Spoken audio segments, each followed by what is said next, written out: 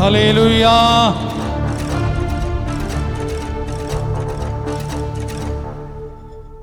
Praise the Lord.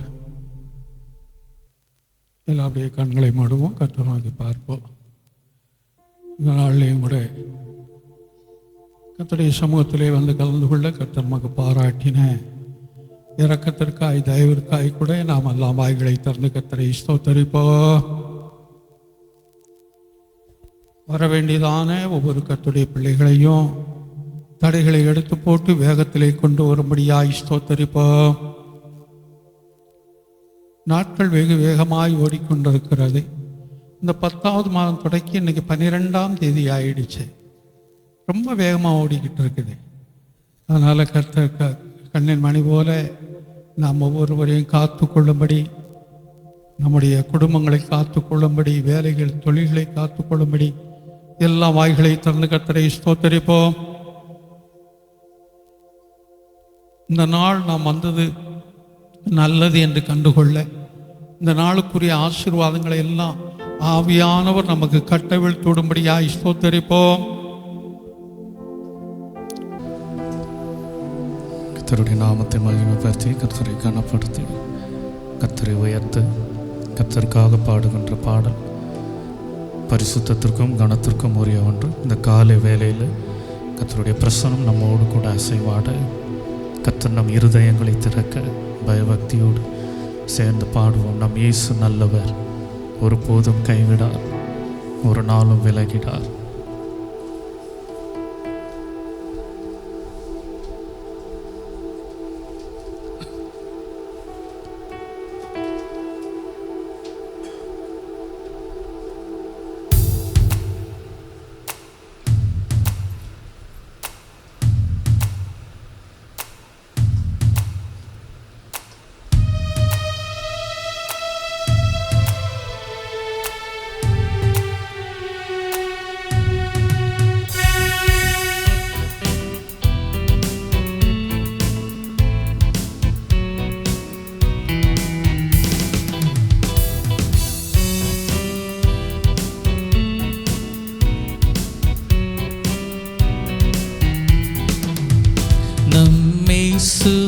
நல்லவர், ஒருபோதும் கைவிடார், ஒரு நாளும் விலகிடார். நம் இயேசு நல்லவர், ஒருபோதும் கைவிடார், ஒரு நாளும் விலகிடார். ஒன்று சேர்ந்து நாம் துதிப்போம், சாத்தானை மீதிப்போம், தேசத்தை சுதந்தரிப்போம். ஒன்று சேர்ந்து நாம் துதிப்போம், சாத்தானை மீதிப்போம், தேசத்தை சுதந்தரிப்போம்.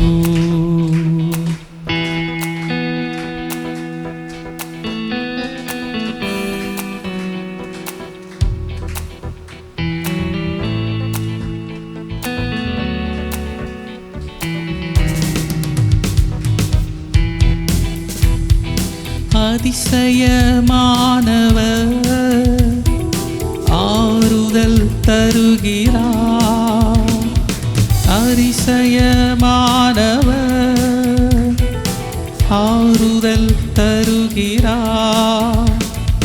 சர்வ வல்லவர், சர்வ வல்லவர், சமாதானம் தருகிறார், சமாதானம் தருகிறார். ஒன்று சேர்ந்து நாம் துதிப்போம், சாத்தானை மீதிப்போம், தேசத்தை சுதந்தரிப்போம். ஒன்று சேர்ந்து நாம் துதிப்போம், சாத்தானை மீதிப்போம், தேசத்தை சுதந்தரிப்போம்.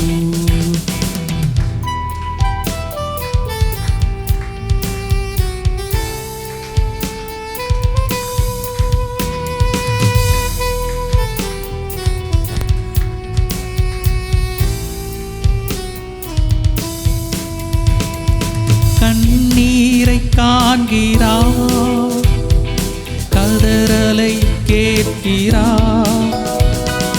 கண்ணீரை காண்கிறார், கதறலை கேட்கிறார். அறிகிறார், வேதனை அறிகிறார், விடுதலை தருகிறார், விடுதலை தருகிறார். ஒன்று சேர்ந்து நாம் துதிப்போம், சாத்தானை மீதிப்போம், தேசத்தை சுதந்தரிப்போம். ஒன்று சேர்ந்து நாம் துதிப்போம், சாத்தானை மீதிப்போம், தேசத்தை சுதந்தரிப்போம்.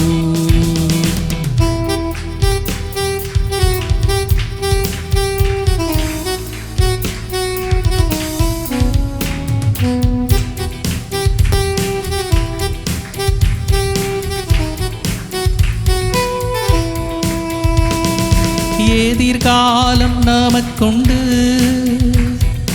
எதற்கும் பயமில்லை. எதிர்காலம் நமக்குண்டு, எதற்கும் பயமில்லை. அதிகாரம் கையிலே, அதிகாரம் கையிலே, ஆளுவோம் தேசத்தை, நாம் ஆளுவோம் தேசத்தை. ஒன்று சேர்ந்து நாம் துதிப்போம், சாத்தானை மீறி.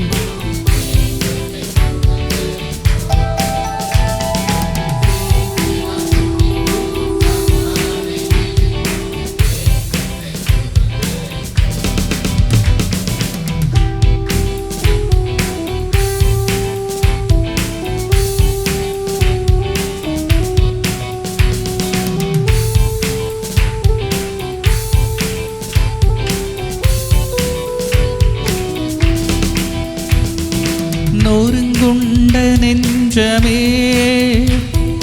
நோக்கிடு இயேசுவை, நொறுங்குண்ட நெஞ்சமே நோக்கிடு இயேசுவை.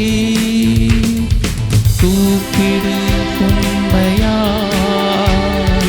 கூப்பிடு உண்மையா,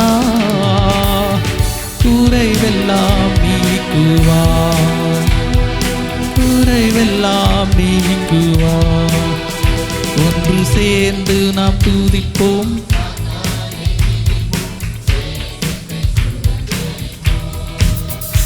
ஒன்று சேர்ந்து நாம் துதிப்போம், சாத்தானை மீதிப்போம், தேசத்தை சுதந்தரிப்போம்.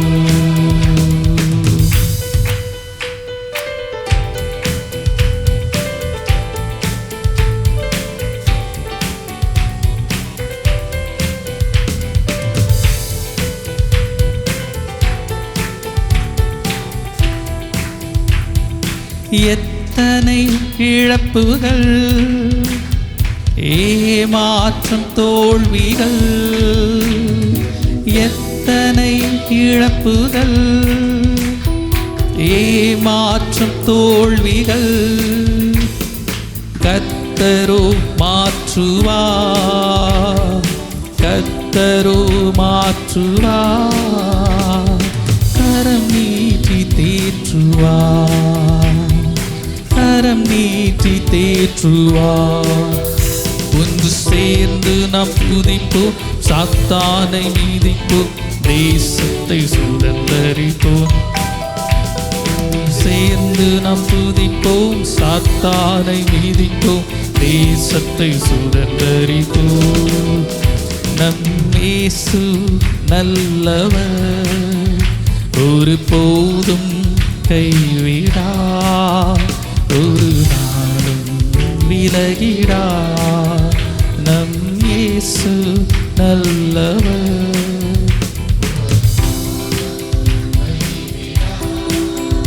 ஒரு நாளும் விலகிடா.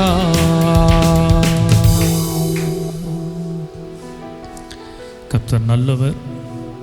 காரணம், கர்த்தர் கைவிடுகிற தேவன் அல்லவே அல்ல. வேதத்தில் வாசிக்கிறோம், உனக்கு சொன்னதை செய்யும் அளவும் உன்னை கைவிடுவதில்லை என்று. அந்த வார்த்தையை அவர் நிறைவேற்றக்கூடியவர். எத்தனை இழப்புகள் வந்தாலும் எதிர்காலம் நமக்கு உண்டு. வேதத்தில் வாசிக்கிறோம், நான் உனக்கு வைத்திருக்கிற திட்டத்தை அறிவேன். அந்த திட்டம் என்ன என்றால், நம் என்ன விரும்புகிறோமோ அதை நிறைவேற்றுவதற்காக அவர் திட்டம் வைத்திருக்கிறார். அப்படி தான் வேதத்தில் வாசிக்கிறோம். ஏதோ ஒன்று நான் கொடுப்பேன் என்பதல்ல. ஆக இந்த நாள் சமூகத்தில் கர்த்தருடைய ஆலயத்தில் ஆண்டவர் எனக்கு ஏதாவது நன்மை செய்வார், ஏதாவது ஒரு நடக்கும் என்கிறதான ஒரு நம்பிக்கையில் ஏதோ இருதயத்தில் ஒரு மூலையில் வைத்து தான் வந்திருக்கிறோம். கர்த்தர் அந்த விசுவாசத்தை கனப்படுத்தக்கூடியவர். கர்த்தர் அதை நிறைவேற்றுவார். சோர்ந்து விட வேண்டாம். இன்னொரு பாடலை சேர்ந்து பாடுவோம். வெள்ளங்கள் திரண்டு புரண்டுரண்டோடி எங்கள் மேல் வந்தால் அஞ்சிடோமே. உள்ளங்கள் சேர்ந்து அந்த பாடலை பாடுவோம்.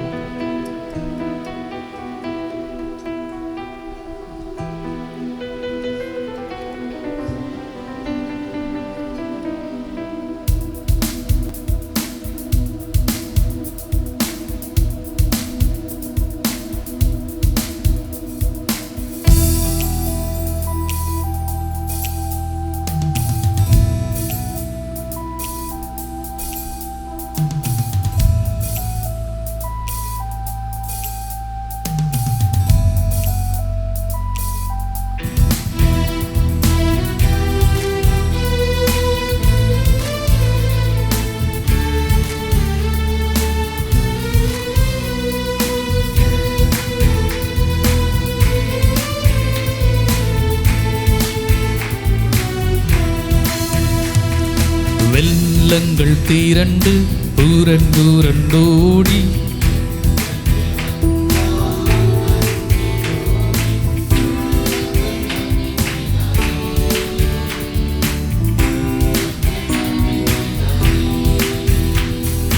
வெள்ளங்கள் திரண்டு புரண்டோடி எங்கள் மேல் வந்தால் அஞ்சிரோமே. உள்ளங்கள் அணைந்திராதே, உள்ளங்கள் அணைந்திராதே. கலங்காதே திகையாதே என்பார் கனிவாக தினம் நம்மை காப்பார். கலங்காதே திகையாதே என்பார் கனிவாக தினம் நம்மை காப்பார். அவர் சொல்ல அப்படியே ஆகும். அவர் கட்டளை அவர் சொல்ல அப்படியே ஆகும். அவர் கட்டளை எதையும் இருக்கும். வெள்ளங்கள் திரண்டு புரண்டோடி எங்கள் மேல் வந்தால் அஞ்சிரோமே. உள்ளங்கள் அயர்ந்திராதே, உள்ளங்கள் அணைந்திராதே.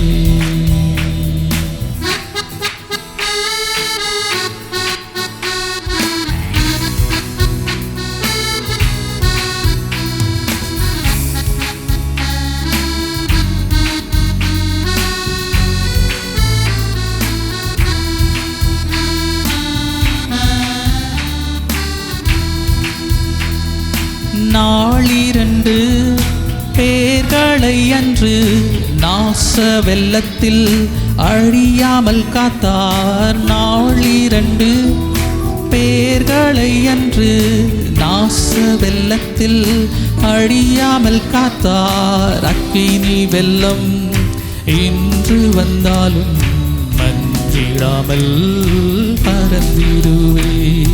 அக்கினி வெள்ளம் இன்று வந்தாலும் மஞ்சிடாமல் பறந்திடுவே. வெள்ளங்கள் திரண்டு புரண்டோடி எங்கள் மேல் வந்தால் உள்ளங்கள் அணைந்திடாதே, உள்ளங்கள் அணைந்திடாதே.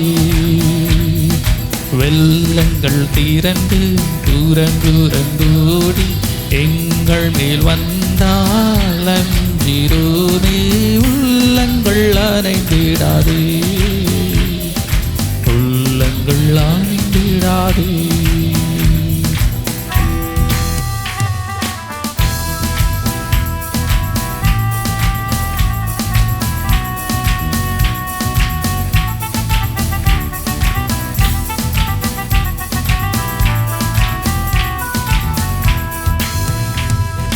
நான் அழுதால் அழாதே என்று நாதன் எந்தன் கண்ணீர் துடைப்பார். நான் அழுதால் அழாதே என்று நாதன் எந்தன் கண்ணி துடைப்பார். அழுகையுள்ள என் பள்ளத்தாக்கை கருநீருற்றாய் மாற்றிடுவார். அழுகையுள்ள என் பள்ளத்தாக்கை அருநீருற்றாய் மாற்றிடுவார்.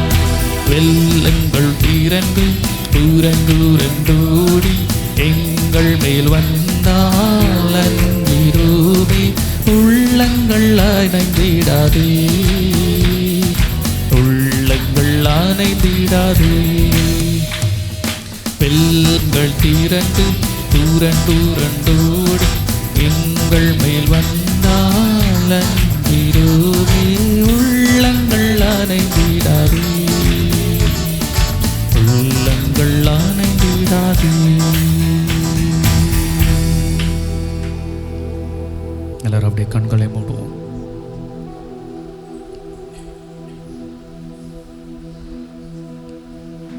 எல்லாம் கர்த்தரை நோக்கி பார்ப்போம்.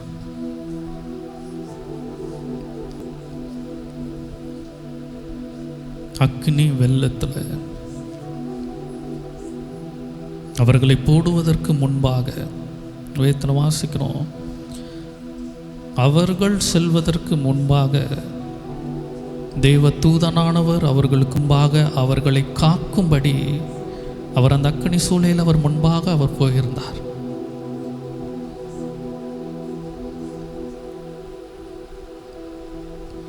சிங்கங்களின் கெபிகளில் தானியலை போடுவதற்கு முன்பாக தேவனானவர் அந்த இடத்துல கடந்து போயிருந்தார். ஏன்னா வாசிக்கிறோம், தானியலை போட்டதற்கு பின்பாக சிங்கங்கள் அவனை கீறினதற்கு பின்பாக கடித்ததற்கு பின்பாக என்றெல்லாம் போடலை. ஏன்னா அதற்கு பின்பாக அவர்கள் அதிகாரிகளை உள்ளே போடும் பொழுது அவர்களை போடும் பொழுதே அவர்கள் கீழே விழுவதற்கு முன்பாக சிங்கங்கள் அவர்கள் உடல்களை பித்து அவர்கள் கடித்து தின்றது. அதே சிங்கங்கள் தானியேலை உள்ளே போடும்போது அமைதியாக இருந்தது என்றால் கர்த்தர் அதற்கு முன்பாக அதன் வாய்களை கட்டி வைத்திருந்தார். விசுவாசிப்போம், நாம் கடந்து போகிற சூழ்நிலைகளுக்கு முன்பாக, நாம் கடந்து போகிற நாட்களுக்கு முன்பாக கர்த்தர் நம்மை காட்பதற்கு முன்பாகவே அவர் கடந்து போகிறவர். அதுதான் கர்த்தருடைய சமூகம். கர்த்தருடைய பிரசன்னம் நமக்கு முன்பாக கடந்து போகும். கர்த்தர் கடந்து போகும் பொழுது சூழ்நிலைகளை நமக்கு ஏற்றவார். ஒருவேளை நம்முடைய பார்வைக்கு நலமாக இருக்கலாம், நம்முடைய பார்வைக்கு நலமில்லாததால் இருக்கலாம். கர்த்தருடைய கரங்களில் ஒப்பு கொடுப்போம். கர்த்தர் பரிசுத்தப்படுத்தக்கூடியதான ஒருவர்.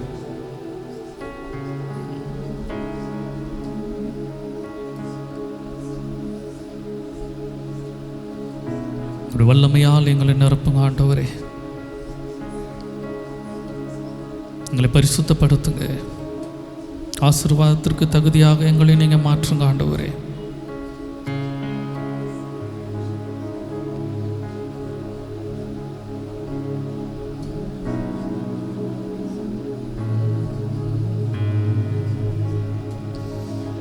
கர்த்தருடைய ஆவி நம்மிடத்தில் வரும்பொழுது அவர் நம்மை பலப்படுத்துகிறவர். எதை நினைத்து கலங்கி உடைந்து போயிருக்கிறோமோ, நொறுங்கி போயிருக்கிறோமோ, கர்த்தர் இந்த வேலையில் அதை பலப்படுத்துகிறார். வேதத்தில் அநேக காரியங்களை வாசிக்கிறோம். காரியங்களை செய்வது கர்த்தருடைய கரத்தில் இருக்குது. பயப்படாதபடி தைரியத்தோடும் திடனோடும் இருப்பது நம்முடைய கரத்தில் இருக்குது. அதுதான் கர்த்தர் மேலே வைத்திருக்கிற விசுவாசம். விசுவாசத்தோடு இருப்போம். கர்த்தாவை இந்த இடத்துல இறங்கி வந்து எங்களை அபிஷேகித்து எங்களை பலப்படுத்துங்க ஆண்டவரே. ஊற்றுமையா ஊற்றுமையா உன்னதரே ஊற்றுமையா, பாத்திரம் நிரம்ப ஊற்றுமையா, பரிசுத்தமடைய ஊற்றுமையா. அவர் பரிசுத்தம் அடைய ஏதோ ஒரு காரியத்திற்கு அல்ல, பரிசுத்தமாக இருக்கும் பொழுது, பரிசுத்தமாக இருக்கும் பொழுது நம்முடைய காரியங்களை பூர்த்தி செய்வது கர்த்தருடைய கரங்களில் இருக்கிறது.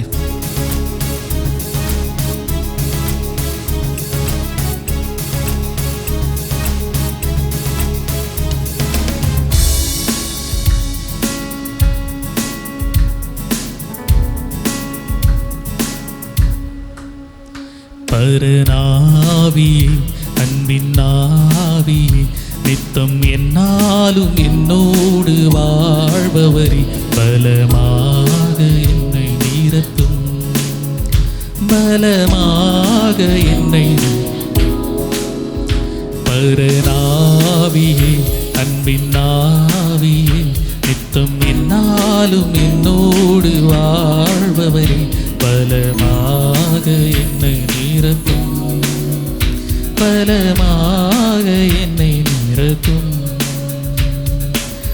ஊற்றுமையா ஊற்றுமையா உன்னதரே ஊற்றுமையா பாத்திரம் நிரம்ப ஊற்றுமையா பரிசுத்தம் அடைய ஊற்றுமையா பாத்திரம் நிரம்ப ஊற்றுமையா பரிசுத்தம் அடைய ஊற்றுமையா பரநாவியே அன்பினாவியே நித்தம் என்னாலும் என்னோடு வாழ்பவரே பலமாக என்னை நிரப்பும் பலமாக என்னை நிரப்பும்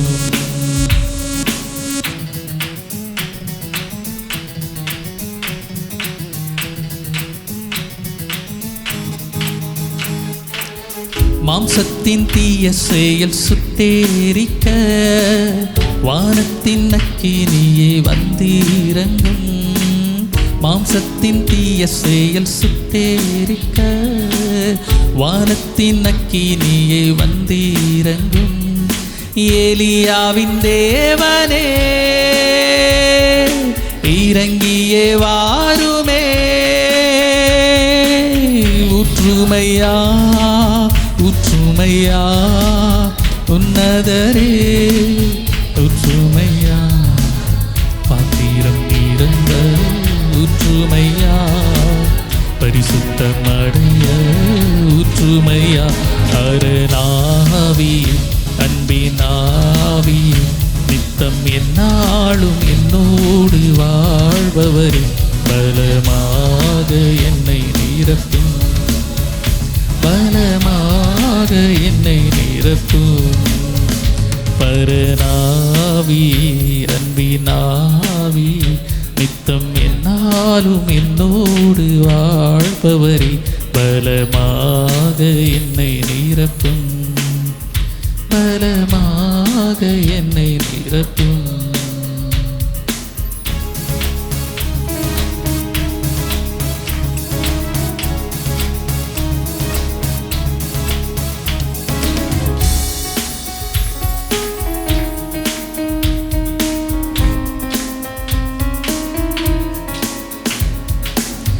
ஆவிக்குள்ளாகி உம்மை ஆனந்திக்க வேதத்தின் ஆழம் கண்டு சந்தோஷிக்க ஆவிக்குள்ளாகி உம்மை ஆனந்திக்க சந்தோஷிக்க அனுக்கிரகம் வேண்டுமே அபிஷேகம் தாருமே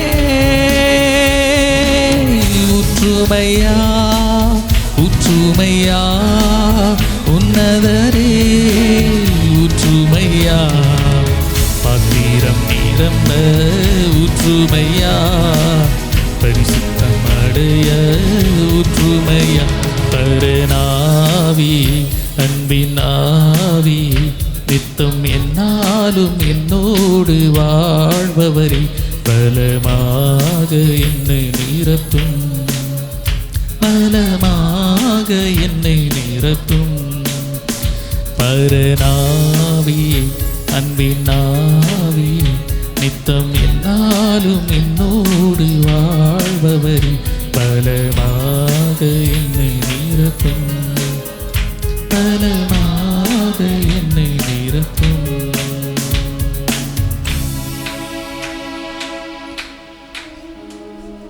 கர்த்தர் நம்மை நிரப்பக்கூடியவர் கர்த்தர் நம்மை அபிஷேகிக்கக்கூடியதான ஒரு தேவன்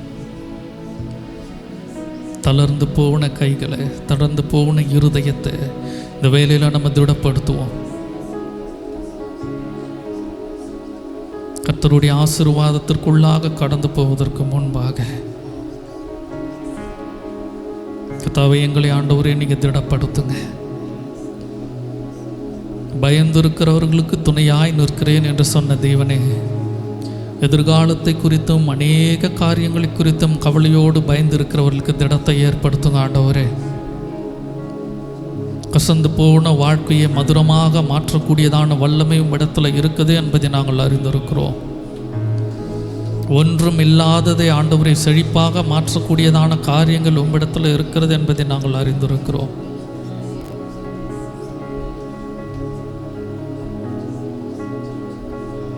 உங்களுடைய கரங்களை நீட்டி எங்களை ஒருவேளை இந்த இடத்துல நீர் தொடுவீரானால் நாங்கள் புது சிருஷ்டியாய் மாறுவோமே. எங்களை சுற்றி இருக்கிற நபர்கள், சுற்றி இருக்கிற சூழ்நிலைகள் எல்லாவற்றையும் எங்களுக்கு சாதகமாக மாற்றக்கூடிய தேவனாக இருக்கிறீங்களே. பயங்களுக்கு நீங்களாக்கி காக்கக்கூடியவராக இருக்கிறீரே.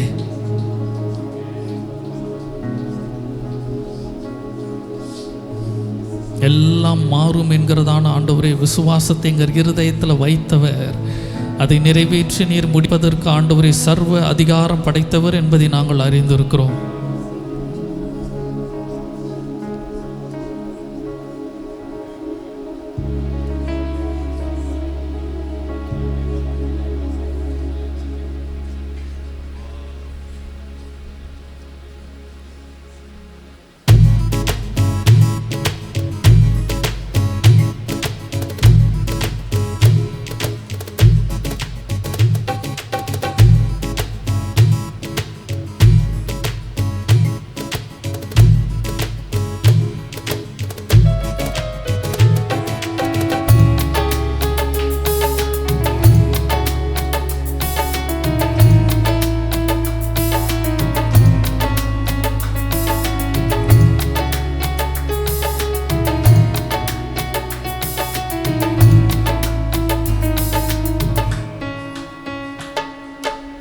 தொட்டு சுகமாக்கும் ஐயா இயேசுவே, நீர் தொட்டால் போதும் எந்தன் வாழ்க்கை மாறுமே.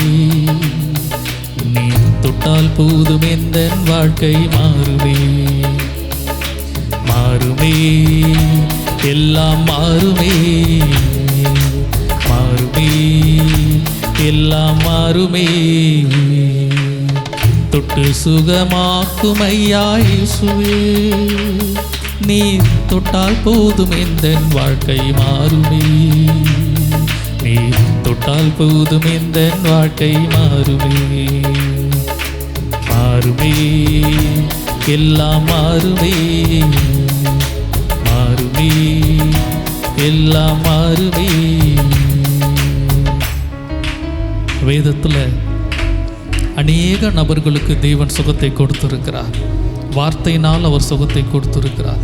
நான் குஷ்டரோகியை குறித்து வாசிக்கும் பொழுது அவன் சொல்லுகிறான், நீர் என்னிடத்துல வருகிறதற்கு வேண்டாம், நான் குஷ்டரோகம் உள்ளவன், தொட தகுதி இல்லாதவன், என் சூழ்நிலை கேவலமான சூழ்நிலை. அவனை அவர் வார்த்தையினால் சுகப்படுத்தலை, அவனை தொட்டு அவர் சுகப்படுத்தினார். அவரால் வார்த்தையினால் சுகம் கொடுத்திருக்க முடியும்.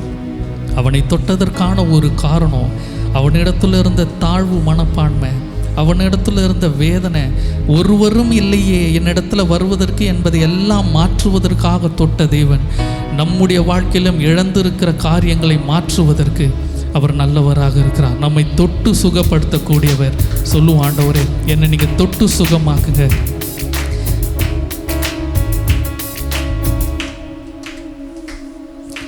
எட்டிக்காய் போல் கசக்கும் எந்தன் வாழ்க்கையை உம் பாச கைகள் கட்டி என்று தொடருமே. எட்டிக்காய் போல் கசக்கும் எந்தன் வாழ்க்கையை உம் பாச கைகள் எட்டி என்று தொடருமே. கட்டி பிடித்தேன் உந்தன் பாதம் கத்தா எந்தன் கதறல் கேள். கட்டி பிடித்தேன் உந்தன் பாதம் கத்தா எந்தன் கதறல் கேளும். தொடருமே, என்னை தொடருமே. தொடருமே, என்னை தொடருமே.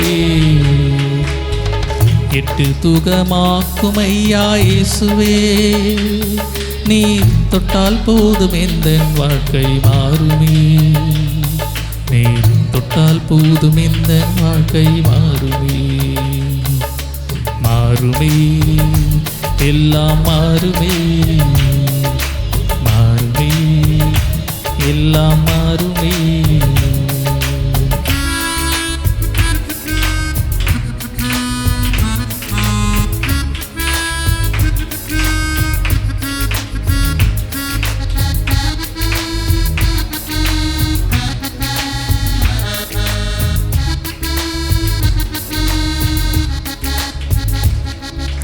கடனும் உடனும் என்னை முடக்க முடியாது. கடல் மேல் நடந்த கர்த்தர் என்னோடு இருக்கிறார். கடனும் உடனும் என்னை முடக்க முடியாது. கடல் மேல் நடந்த கர்த்தர் என்னோடு இருக்கிறார். கடல் மேல் என்னை நடக்க செய்வார். கடலை எல்லாம் மாற செய்வார். கடல் மேல் என்னை நடக்க செய்வார். எல்லாம் மாறுமே. மாறுமே, எல்லாம் மாறுமே. தொடு சுகமாக்கும் ஐயா இயேசுவே. நீர் தொட்டால் போதும் எந்த வாழ்க்கை மாறுமே. தொட்டால் போதும் என்ற வாழ்க்கை மாறுமே. மாறுமே, எல்லாம் மாறுமே. மாறுமே, எல்லாம் மாறுமே. குறைவை எண்ணி புலம்புவதை நிறுத்துவே. நிறைவாய் என்னை நடத்துபவர் இருப்பதா. குறைவை எண்ணி புலம்புவதை நிறுத்துவே. நிறைவாய் என்னை நடத்துபவர் இருப்பதா. இல்லை என்பது எனக்கு இல்லை. கொள்ளை என்பது துணியும் இல்லை. இல்லை என்பது எனக்கு இல்லை. கொள்ளை என்பது துணியும் இல்லை. மாறுமே, எல்லாம் மாறுமே. மாறுமே, எல்லாம் மாறுமே. மாறுமே, எல்லாம் மாறுமே. மாறுமே, எல்லாம் மாறுமே. தொட்டு சுகமாக்கும் ஐயா இயேசுவே. நீ தொட்டால் போதும் எந்த வாழ்க்கை மாறுமே. நீ தொட்டால் போதும் எந்த வாழ்க்கை மாறுமே. மாறுமே, எல்லாம் மாறுமே. மாறுமே, எல்லாம் மாறுமே.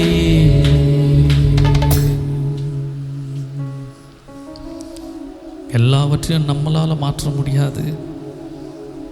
ஆனால் கர்த்தரால் எல்லாவற்றையும் மாற்ற முடியும். அவரால் கூடாத காரியம் ஒன்று அல்லவே அல்ல.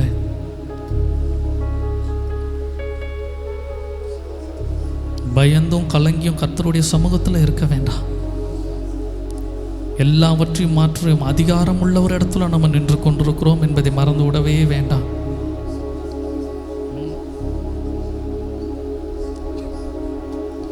என்ன நொறுக்கப்பட்டாலும் எவ்வளவு உடைக்கப்பட்டாலும் மீண்டும் கட்டி எழுப்பக்கூடியதான கர்த்தரிடத்தில் இருக்கிறோம் என்பதை மாறிவிடவே வேண்டாம்.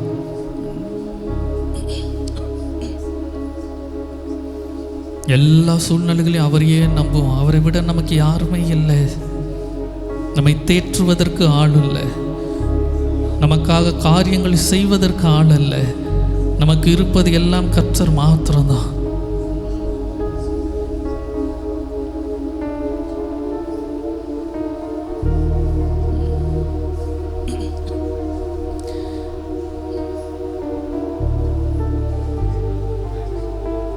எதை குறித்தும் நான் கலங்க போவதில்லை. நான் பயப்பட போவதில்லை. எனக்காக செயலாற்றுவதற்கு தேவன் இருக்கிறார்.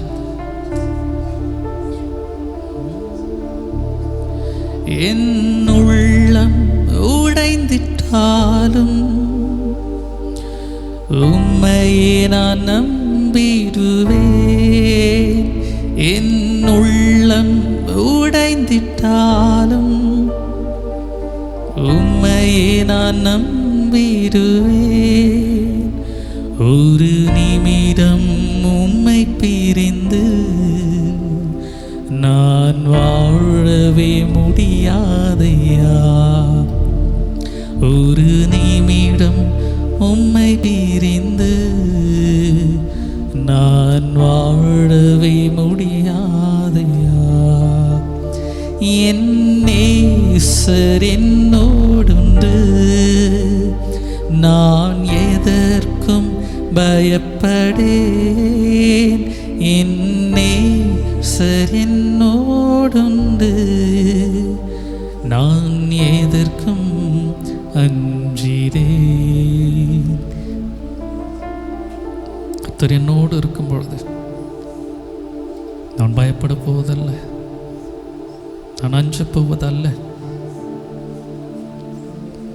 வேதத்தில் வாசிக்கிறோம் சில இடங்களில், உங்களுக்காக கர்த்தர் செய்கிற காரியங்களை நீங்கள் நின்று பாருங்க. உங்களால் ஒன்றுமே செய்ய முடியாது, ஆனால் உங்களுக்காக கர்த்தர் செயலாற்றுவதற்கு அவர் இருக்கிறார்.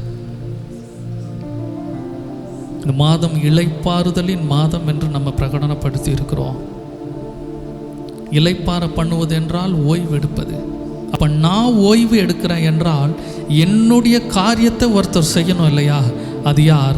நம்முடைய தேவன் நமக்காக செயலாற்றக்கூடியவன். எனக்காக யார் காரியத்தை செய்வா, யார் நடத்துவா? கர்த்தர் செய்யக்கூடியவர்.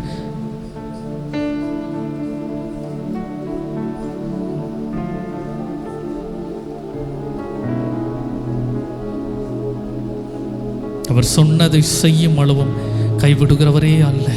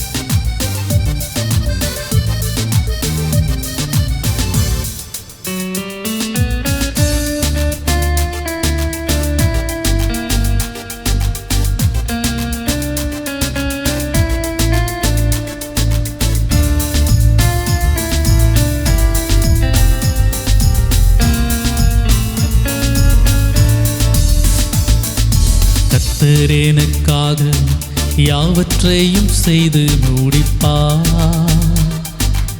எனக்கொன்றும் பயமில்லை. கர்த்தர் எனக்காக யாவற்றையும் நிறைவேற்றுவார். எனக்கொன்றும் குறைவில்லை.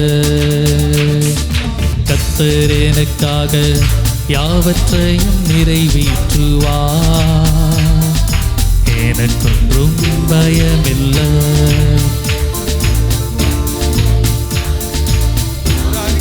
நிறைவேற்றுவார். எனக்கொன்றும் குறைவில்லை. சொன்னதை செய்பவர் அனைத்தையும் அருளுவார். நிறைவேற்றி முடிப்பவர் நிச்சயம் நடத்துவார். சொன்னதை செய்பவர் அனைத்தையும் நடத்துவார். நிறைவேற்றி முடிப்பவர்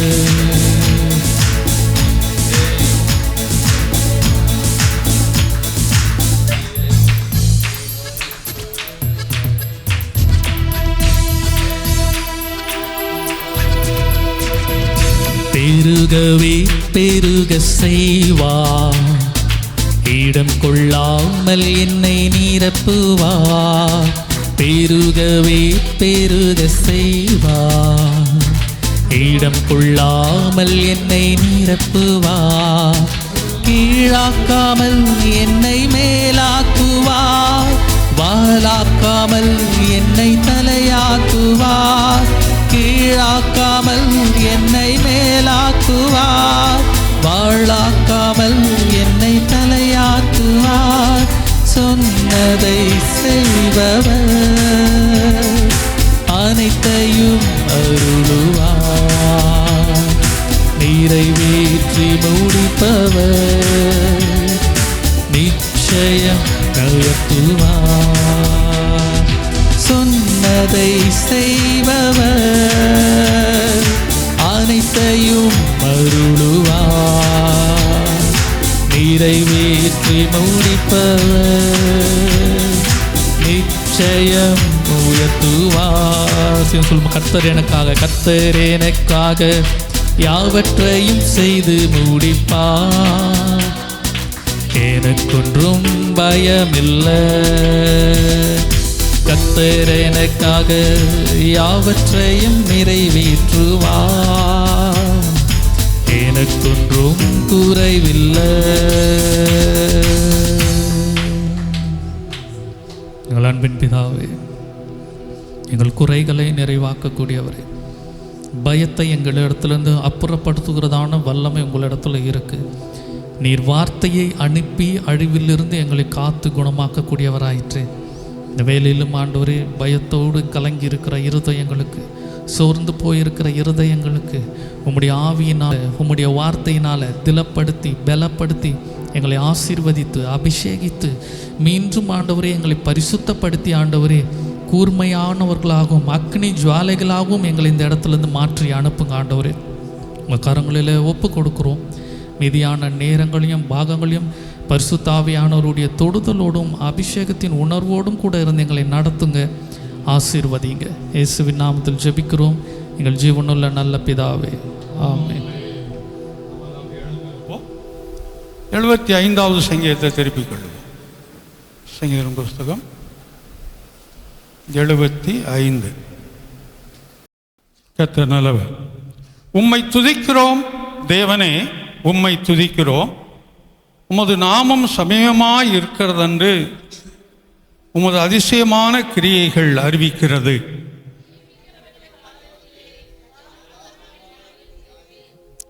பூமியானது அதன் எல்லா குடிகளோடும் கரைந்து போகிறது. அதன் தூண்களை நான் நிலைநிறுத்துகிறேன்.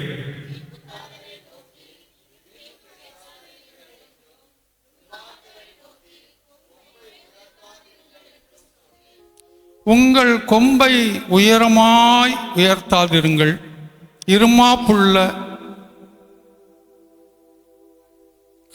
இருமாப்புள்ள கழுத்துடையவர்களாய் பேசாதிருங்கள்.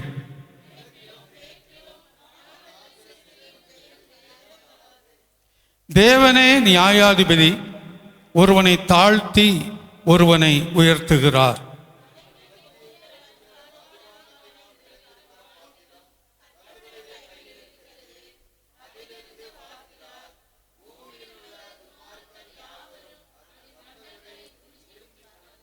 நானோ என்றென்றைக்கும் இதை அறிவித்து யாக்கோபின் தேவனை கீர்த்தனம் பண்ணுவேன்.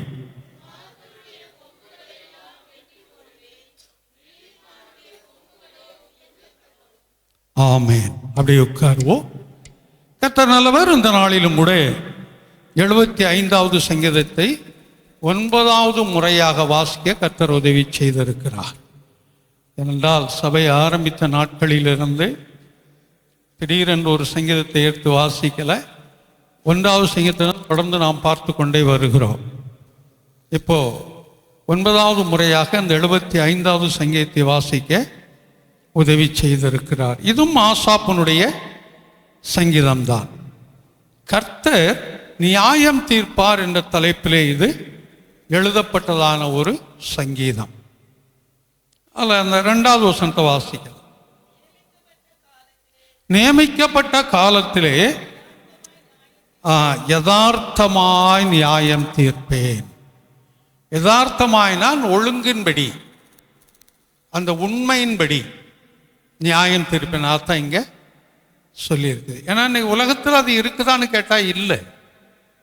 ஏன்னா வேதத்தில் வரும்போது சூரியனுக்கு கீழே ஒரு நியாயஸ்தலத்தை கண்டேன், அங்கு அநீதி நிறைந்திருந்தது. அநீதி இருந்ததுன்னு கூட சொல்லலை, அநீதி அதுதான் இன்னைக்கு நடந்து கொண்டிருக்குது உலகத்தில். ஆனால் அவர் நிதானமாய் யதார்த்தமாய் நியாயம் தீர்க்கக்கூடியவர். அதில் 7வது வசனத்தை வாசிங்க. தேவனே நியாயாதிபதி ஒருவனை தாழ்த்தி, ஆமா, தேவனே நியாயாதிபதி. தேவன் நியாயாதிபதி என்று சொல்லல, தேவனே. அங்கு ஒரு சின்ன இழுப்பு கொடுத்திருக்குது. அப்ப அவர்தான் நியாயாதிபதி. அவர் இனி வருவது நியாயாதிபதியாய் வரப்போகிறார், நியாயம் தீர்க்கிறவராய் வரப்போகிறார். உலகத்தில் நடக்கிற எல்லா காரியங்களும் நீங்க பார்த்தீங்கன்னு சொன்னா அவருடைய வருகையை அறிவித்து கொண்டிருக்கு. நீங்க எந்த காரியத்தை வேணாலும் எடுத்து பாருங்க. இயற்கையின் சூழ்நிலைகளாகட்டும், நாடுகளில் இருக்கிற பிரச்சனைகளாகட்டும், தேசங்களில் இருக்கிற பிரச்சனைகளாகட்டும், குடும்பங்களில் இருக்கக்கூடிய பிரச்சனைகளாக இருக்கட்டும், ஆமாம், இன்றைக்கு மனிதர்கள் மத்தியில் இருக்கக்கூடிய காரியங்களாக இருக்கட்டும், நீங்கள் எதை எடுத்து பார்த்தாலும் சரி, அதோடு இயற்கையின் சூழ்நிலைகள், இப்படி எதை பார்த்தாலும் வேதத்தில் சொல்லப்பட்டபடி அவருடைய வருகையை இவைகளெல்லாம் அறிவித்து கொண்டிருக்கிறது. அந்த 3வது தேவாலயத்தை கட்டுவதற்குரிய எல்லா காரியங்களையும் அவர்கள் ஒழுங்கு செய்து வைத்திருக்கிறார்களாம். வெகு சீக்கிரத்தில் அதை கட்டுவதற்கு ஆரம்பிப்பார்கள். அது கட்டி முடிக்கும் போது ஆண்டவருடைய வருகை இருக்கும். ஆமாம், அது கட்டுறதுக்கு ரொம்ப நாள் ஆகாது, அவங்களுக்கு வெகு வேகமாய் கட்டுவார்கள். அதனால் வெகு சீக்கிரத்தில் இருக்கிறது. ஏனென்றால் அவர் நியாயாதிபதி. அதோடு மாத்திரமல்ல, இந்த துன்மார்க்கர்களை வீம்பு பேசுகிறவங்களை குறித்து சொல்லிக்கொண்டே வர்றாரு. 4வது வசனம் 5வது வசனம் இது 2லையும் பார்க்குறோம். கீழே வரும்போது 8வது வசனம், 8வது வசனம் இதிலெல்லாம் அவர்களை குறித்து சொல்லியிருக்குது. அவர்கள் மதுபானத்தை கொடுப்பேன், அது அவருடைய கையில் இருக்கணும் ஆசைக்கிறேன். அந்த 3வது வசனத்தை வாசிங்களா. பூமியானது கரைந்து போகிறது. அடுத்த வசனம் நோக்கி என்றும் கொம்பை உயர்த்தாதிருங்கள் என்றும் சொன்னேன். அடுத்த வசனத்திலையும் உங்கள் கொம்பை உயரமாய் உயர்த்தாதிருங்கள். அந்த இருமாப்புள்ள கழுத்து அது நமக்கு தெரியும். இந்த கொம்பு என்றால் என்ன? கொம்புனா என்ன? கொம்புனா கொம்பு தான். இங்க இந்த மரத்தில் வெட்டி போடுற கட்டைய கொம்புன்னு சொல்லுவாங்க. அதுக்கு பேர் சரியா கொம்பு வராது. அது ஒவ்வொரு பகுதிகளுக்கும் ஒவ்வொரு அந்த பேச்சு நடைமுறை வழக்குகள் உண்டு. அதில் கொம்புன்னு சொல்லுவாங்க. மிருகங்களுக்குரிய கொம்பு என்றால் அதனுடைய தலையில் இருக்கக்கூடிய ஒன்று. இந்த கொம்பு எதை குறித்து வேதத்தில் சொல்லுதுன்னு சொன்னா பலனை குறித்து சொல்லுகிறது. காண்டாமிருகத்தின் கொம்புக்கு ஒத்ததான பலன். ஒன்று பலனை குறித்து சொல்லுகிறது, 2வது ஒரு பாதுகாப்பை குறித்து சொல்லுகிறது. ஆசரிப்பு கூடாரத்தில் இருக்க கொம்புகளை பிடித்து கொண்டு அவன் நின்று கொண்டிருந்தான் சொல்லுகிறது. இன்னொன்று, கொம்பு என்பது பெருமையை குறித்து சொல்லப்பட்டிருக்கிறது. அதாங்க சொல்றேன். அவைகளை நீங்க என்ன செய்யாதீங்க, உயர்த்தாதுங்க. அந்த துன்மார்க்களை பார்த்து இங்க சொல்லுகிறார். இது தேவன் நேரடியாக அவர்களுக்கு சொல்லக்கூடியது. ஏன்னா அந்த 2வது வசனத்தில் அதான் சொல்றோம், வாசிக்கிறோம். நியமிக்கப்பட்ட காலத்திலே யதார்த்தமாய் நியாயம் தீர்ப்பேன் அவர் சொல்றார். அதுக்கு கீழே வரும்போது அவர் தான் சொல்லிக்கொண்டே வர்றார். அதுக்கப்புறம் இந்த 8வது வசனத்தில் வரும்போது கலங்கி பொங்குகிற மதுபானத்தினால் நிறைந்த பாத்திரம். அப்ப கையில் அவரே பிராந்தியை ஊற்றி கொடுக்குறாரா, சாராயத்தை ஊற்றி கொடுக்குறாரா இல்லையா? கொஞ்சம் யோசிக்கணும். 1983 84 வேலூரில் ஊழியத்தில் நான் இருக்கும்போது ஒரு வேதாகம கல்லூரியில் படித்த பையனை கொண்டு வந்து அங்கே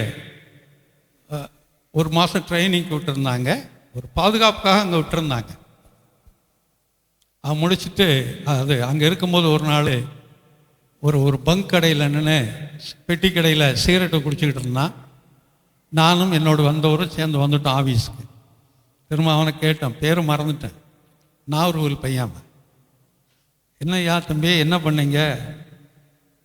இல்லை பிரதர், நான் வந்துக்கிட்டே இருந்தேன் அந்த பெட்டி கடைக்கு, அந்த வர வழியில் பிசாசு என் உள்ளத்தை பார்த்து நீ அங்கே போன்னு சொன்னான். அங்கே போன உடனே அவன் சிகரெட் எடுத்து என் கையில் கொடுத்துட்டான். நான் குடித்தான் அப்படின்னு. இதெல்லாம் நமக்கு ஒழுங்கா? இது நல்லது இல்லையே. ஆவிக்குரியப்படியும் நல்லதில்லை, சரீரப்படியும் நல்லதில்லை. பலவிதமான வியாதிகளை கொண்டு வரும், டிபியை கொண்டு வரும். இது சரீரத்துக்கு நல்லதல்ல அப்படின்னு சொன்னான். அவன் ஏசுனாரே சிகரெட் பிடிச்சார்ல, ஏசுனார்ல, தேவன் சிகரெட்டு பிடிச்சார்ல, இஸ்ரவேல் ஜனங்கள் சிகரெட்டு பிடிச்சாங்கல்ல, அதாவது புகைப்பிடித்தல் அப்படின்னு சொல்லி அவன் சொன்னான். எட பாவி, என்னப்பா சொல்ற அப்படின்னு. ஆமாம், தேவனுடைய நாசியிலிருந்து புகை கிளம்பினது.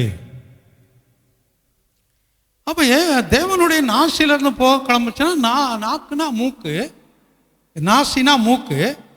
அப்போ சிகரெட் பிடிக்கிறவங்க மூக்கில் இருந்தானே புகை வருது. அப்போ அவர் குடிச்சிருக்காரு. விளக்கங்கள் வியாக்கியானங்கள்லாம் எப்படி இருக்குன்னு பாருங்க. இஸ்ரவேல் ஜனங்கள் திராட்சை கொடிகளை தங்கள் நாசிக்கு கீழாய் பிடித்தார்கள். நாசினா மூக்குக்கு, மூக்குல என்ன இருக்கு? வாய் இருக்கு. ஆமா, அந்த திராட்சை கொடிகளை ஏன் பிடித்தார்கள்னு சொல்லி இருக்குது. இந்த சொரக்கொடி, பூசணி கொடியெல்லாம் எத்தனை பேர் பார்த்துருக்குறீங்க?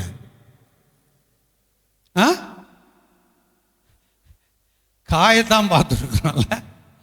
அந்த கொடி காஞ்ச ஒன்றையில் இருக்கும்போது நீங்கள் அதை வெட்டி பார்த்தீங்கன்னா நடுவில் ஓட்டை இருக்கும். இது பைபிளில். அதனால் அவன் சொன்னான், ஞாபகத்தில் வந்துச்சு. 83, 84 சொன்னது ஞாபகத்தில் வந்ததுனால அதை சொல்கிறேன். எப்படி வேணுமாலும் வியாக்கியானங்களை மாற்றிக்கொள்வார்கள்.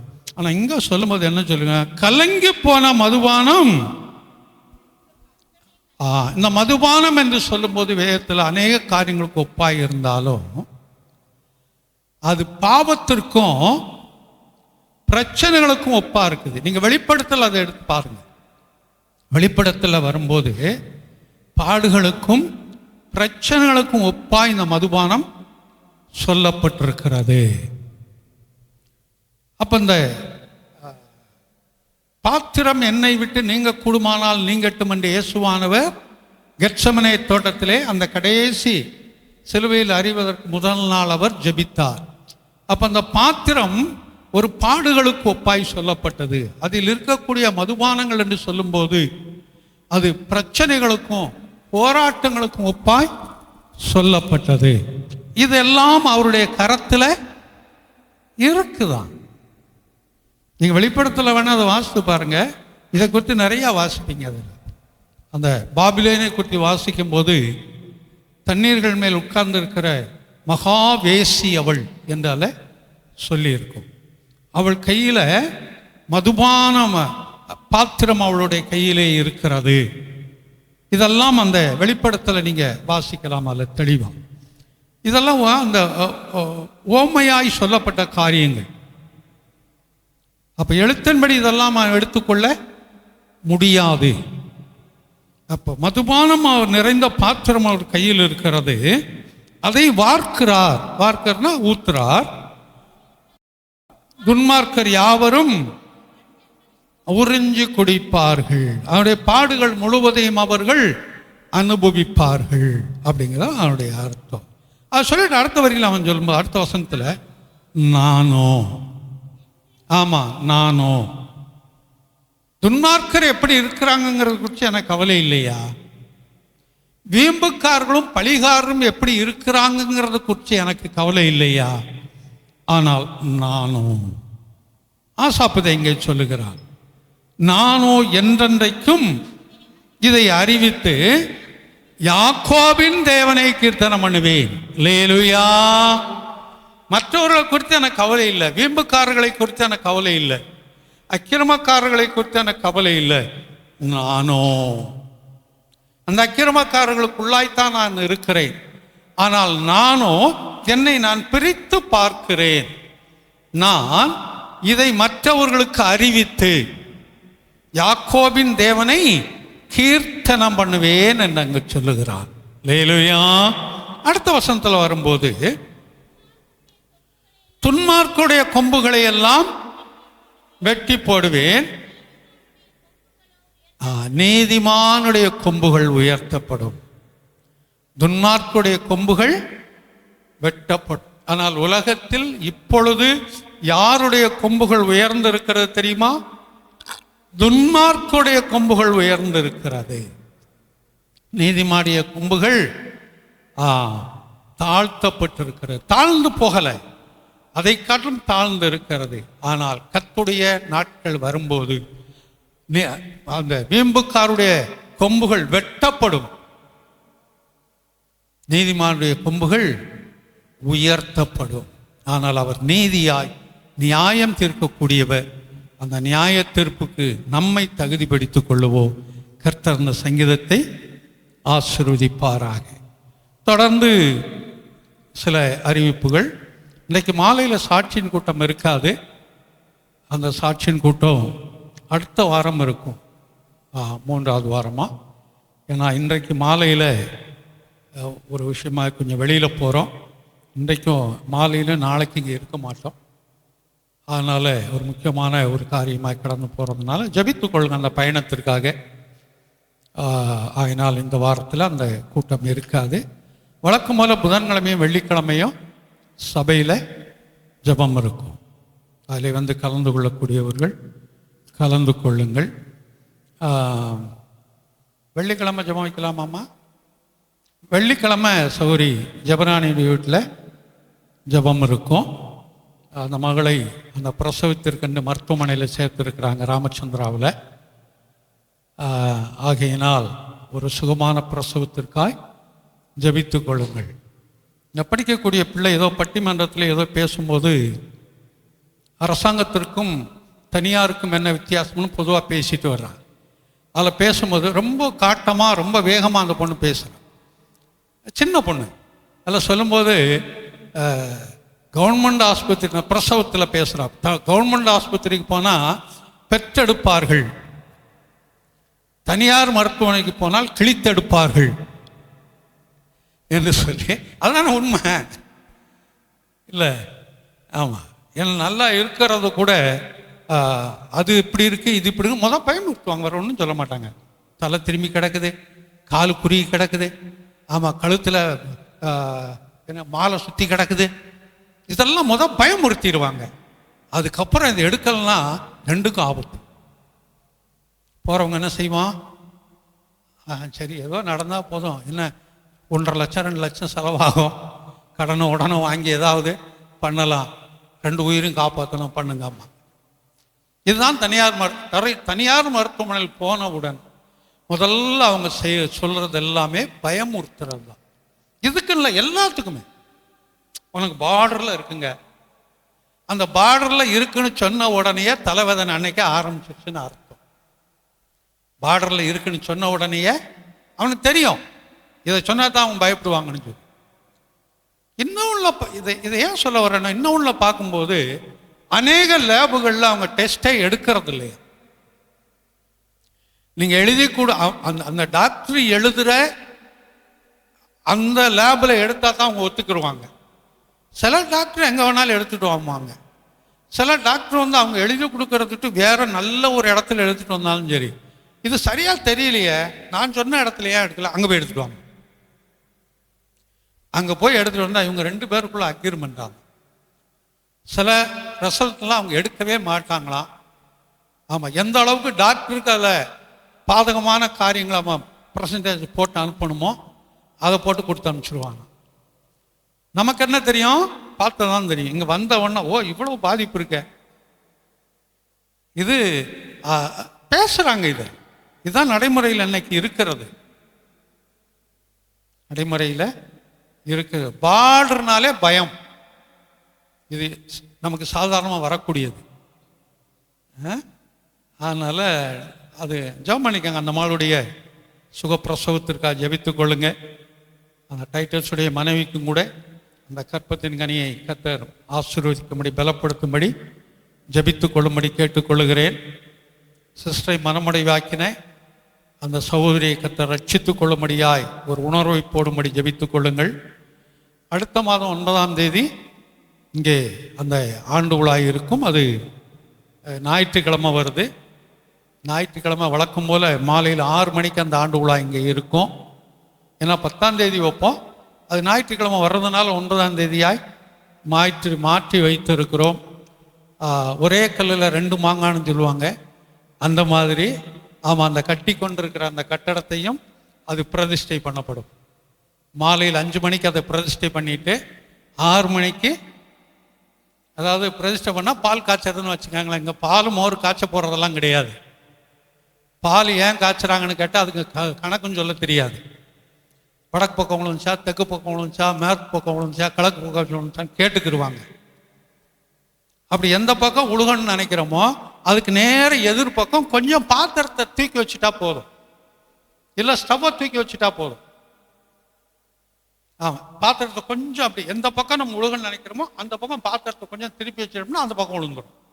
பால் கொதிச்சு. ஏன் வைக்கணும்? ஸ்டவ்வெல்லாம் அழுக்கா போகிறதுக்கும் நாசமாகிறதுக்கும் தான் அப்படி வைக்கணும். சரி, அது வேற சம்பவம், அதுக்குள்ளே நான் கடந்து வரல. ஆகினால் அந்த 2 காரியமும் ஒரே நாளில், ஏன்னா எல்லாரும் மற்ற நாளில் கூட முடியாது, அந்த நாளில் எல்லாரும் வர்றதுக்கு வாய்ப்பு இருக்கும். அதனால் இது 2ஐயும் செய்யலாம் என்று யோசித்து இருக்கிறோம். அந்த பிரசங்க யாரை கூப்பிட்டுருக்கான்னு சொன்னேன்? எழுதி வச்சவாத ஞாபகம் இருக்குதா? சரி, எழுதி வச்சதா ஞாபகம் இருக்குல்ல, எங்கே எழுதி வச்சிருக்கேன்னு டக்குன்னு பார்க்குறதுக்கு. ஆமாம், ரெவரண்ட் பால் தாமஸ் அவர்கள். ஜெபித்து கொள்ளுங்க. அந்த நாள் நிச்சயமாக நமக்கு ஆசீர்வாதமாக இருக்கட்டும். அந்த செலவினங்களுக்கு கொடுக்கிறவர்கள் அந்த சகோதரியை பார்த்து கொடுக்கும்படி அன்போடு கூட கேட்டுக்கொள்ளுகிறேன். தொடர்ந்து நாம் எல்லாம் அப்படி எழுந்து நிற்போம். ஒரு பாடலை பாடும்போது கர்த்தருக்கு என்று காணிக்கை கொடுத்து கடந்து போவோம். முதலாவது சகோதரர்கள் வாங்க, தொடர்ந்து சகோதரிகள் வரும்படி அன்போடு கேட்டுக்கொள்ளுகிறேன்.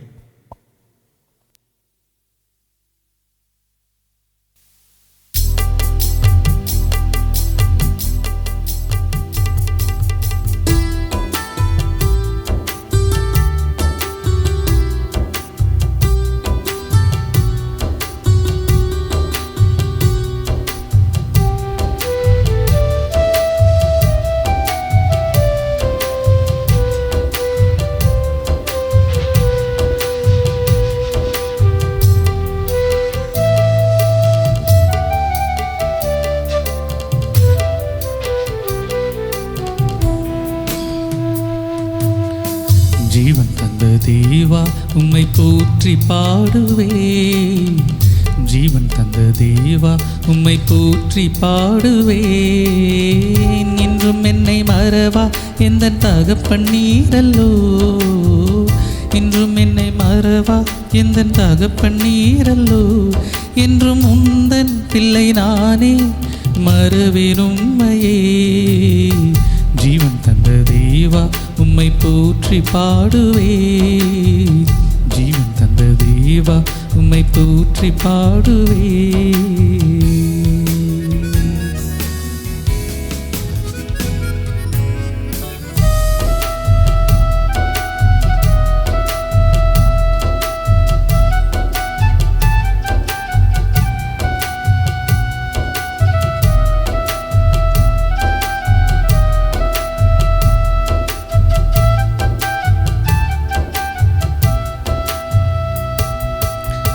தாயின் கர்ப்பத்தில் நீ முன்குறித்தீரே, பிள்ளையாய் வளர்ந்தவுடன் தெரிந்தெடுத்தீரே.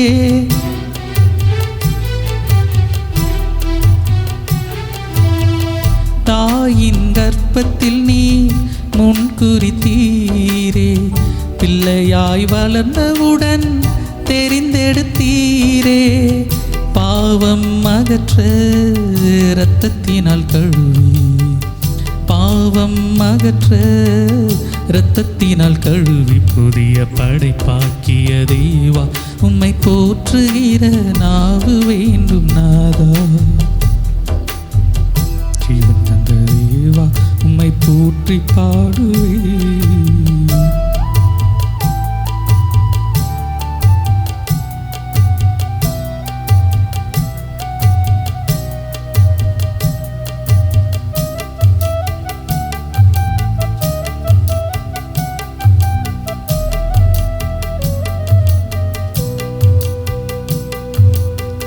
தீராத நோய்களெல்லாம் தீர்த்து வைத்தீரே, உம் கரம் பட்டவுடன் சுகமளித்தீரே.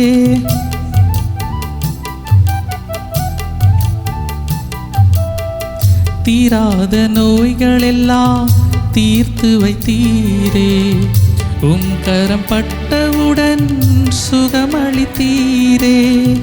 பரிசுத்த ஆவியும் பாஷையும் தந்து, பரிசுத்த ஆவியும் பாஷையும் தந்து புதிய படைப்பாக்கிய தேவா உம்மை போற்றுகிற நாவு வேண்டும் நாதா. ஜீவன் தந்த தேவா உம்மை போற்றி பாடுவே. ஜீவன் தந்த தேவா உம்மை போற்றி பாடுவேன். என்றும் என்னை மறவா எந்தன் தகப்பன் நீரல்லோ, என்றும் என்னை மறவா எந்தன் தகப்பன் நீரல்லோ. என்றும் உந்தன் பிள்ளை நானே மறவேன் உம்மையே. ஜீவன் தந்த தேவா உம்மை போற்றி பாடுவே. ஜீவன் தந்த தேவா உம்மை போற்றி பாடுவே.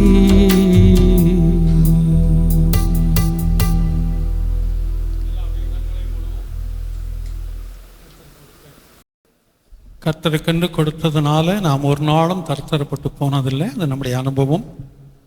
அவர் நமக்கு அமைக்கு குலுக்கி சரிந்து உளும்படி கொடுக்கக்கூடியவர். இன்னும் கொடுப்பார் என்ற நிச்சயத்தோடு ஸ்தோத்தரிப்போம். ஆமென். அப்படி உட்காருவோம். கர்த்தர் நல்லவர். இந்த நாளிலே வந்து கலந்து கொண்ட உங்கள் ஒருவரையும் இயேசு கிறிஸ்துவின் இனிய நாமத்தினால் வாழ்த்தி ஆசீர்வதிக்கிறேன். கர்த்தர் தாமே உங்கள் ஒவ்வொருவரையும் ஆசீர்வதித்து காத்துக்கொள்வாராக. இந்த நேரலையிலே அந்த யூடியூப்பில் பார்க்க போகிறதான உங்களையும் கூட கிறிஸ்து இயேசுவின் நாமத்தினால் ஆசீர்வதிக்கிறேன். கர்த்தர் உங்களை காத்துக்கொள்வாராக. கர்த்தர் நல்லவர். தொடர்ந்து நான் நம்முடைய வருஷத்துடைய வாக்குத்தத்த வசனத்தை வாசிப்போம்.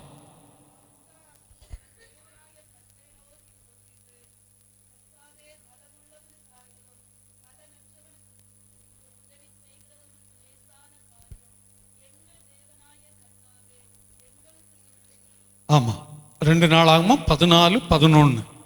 எங்கள் தேவனாகிய கர்த்தாவே எங்களுக்கு துணை நில்லும். இதில் எப்படி யாருக்கு துணை நிற்கிறார் என்பதை மாத்திரம் பார்த்து கொண்டு வருகிறோம். மாதம் 10 ஆயிடுச்சு இல்லையா? இன்னும் அடுத்த பகுதிகள் அதில் இருக்குது. சரி, கர்த்தர் எப்படி நடத்துகிறாரோ அப்படி ஓடிக்கொண்டிருப்போம். அப்படி என்றால் கர்த்தர் துணையாய் இருப்பது யாருக்கு என்பதை குறித்து பார்க்க கடந்த வாரத்தில் வரும்போது 2 நாளாகமும் 19:11 பார்த்தோம். அதை வாசிங்க. 2 நாளாகமும் 19:11.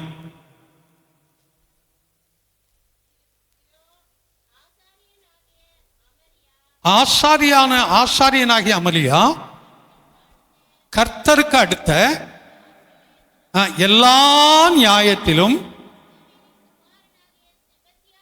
இஸ்ரவேலின் குமாரனாகிய செபத்தியா என்னும் யூத வம்சத்துடைய தலைவனாயிருந்த தலைவன் எல்லா நியாயத்திலும் உங்களுக்கு நேரான நியாயாதிபதிகள் இருக்கிறார்கள். நீங்கள் திடமனதாய் இருந்து ஒரு காரியத்தை செய்வதற்கு திடமனதாய் இருங்கள். திடமனம்னா தைரியமாய் இருங்க. திடமனதாய் இருந்து காரியத்தை நடத்துங்கள். உத்தம உத்தமனுக்கு கர்த்தர் துணை. அல்லேலூயா. யாருக்கு அவர் துணையா? உத்தமனுக்கு. ஒரு பகுதி திட மனதாய் இருந்து காரியத்தை நடத்துங்கள். இந்த காரியத்தை நடத்தும் போதுதான் அவர் துணையாய் இருந்து அதிலே ஒரு ஜெயத்தை கொடுக்கிறார். அது எந்த காரியமாக இருந்தாலும் சரி, இரு கரங்கள் சேரும் போதுதான் ஓசை வரும். ஒரு கரத்தை மட்டும் தட்டும் போது அங்க ஓசை சத்தம் வராது. இரு கரங்களும் சேரும் போதுதான் அந்த இடத்துல ஒரு சத்தம் வருகிறது. அதே போல தேவனுடைய கிருபையும் மனிதனுடைய கிரியையும், அதாவது நம்முடைய செயலும் தேவனுடைய கிருபையும் ஒன்று சேரும் போது அந்த இடத்துல பெரிய ஒரு ஆசீர்வாதம். அல்லேலூயா. ஏன் மனிதனுடைய கிரியை இல்லாம கர்த்தர் அந்த காரியத்தை நடப்பிக்க முடியாதா? முடியும். பரியா மனிதனுடைய கிரியை அவர் எதிர்பார்க்கிறாரு. ஏன் கிரியை எதிர்பார்க்கிறாரு? நம்முடைய பங்கு எவ்வளவு இருக்குது அதற்காகத்தான் நம்ம உருவாக்கிறார். நம்ம பங்கு எவ்வளவு இருக்குது அதற்காகத்தான். இப்பெல்லாம் யாரும் சொல்றது இல்லை. முன்னாடி சொல்லுவாங்க, எனக்காக உபவாசம் இருந்து ஜெபம் பண்ணுங்க பாஸ்டர். ஆமா, இங்க மட்டும் எல்லா இடத்துலையும் சொல்றாங்க, எனக்காக உபவாசம் இருந்து ஜெபம் பண்ணா சரி, உனக்காக இருந்து உபவாசம் பண்ணி ஜெபம் பண்ணலாம். வர அத்தனை பேரும் சொன்னீங்கன்னு சொன்னா ஒவ்வொருத்தருக்கும் ஒவ்வொரு நாள் உபவாசம் இருந்தா ஊழியக்காரன் என்னைக்கு சாப்பிடுறது? உபவாசம் இருந்து ஜெபம் பண்ணு சொல்ற, ரைட்டு, உபவாசம் இருந்து ஜெபம் பண்றாங்க. நீ என்ன செய்யற? 3 வேளைக்கு 5 வேளை சாப்பிட்டு தூங்குற. கேட்டா பாஸ்டர் ஜெபம் பண்ண சொல்லியிருக்கேன், உபவாசம் பண்ணி அவர் பண்ணுவாரு. நீ என்ன செய்யற? இல்லையா? இருவரும் சேரும் போது அப்போ உங்களுக்கு அதை கற்றுக் கொடுத்துருக்கிற. ஆனால் நீங்க அதை இன்னைக்கு சொல்றது இல்லை. நம்முடைய பங்கு என்ன அதுல?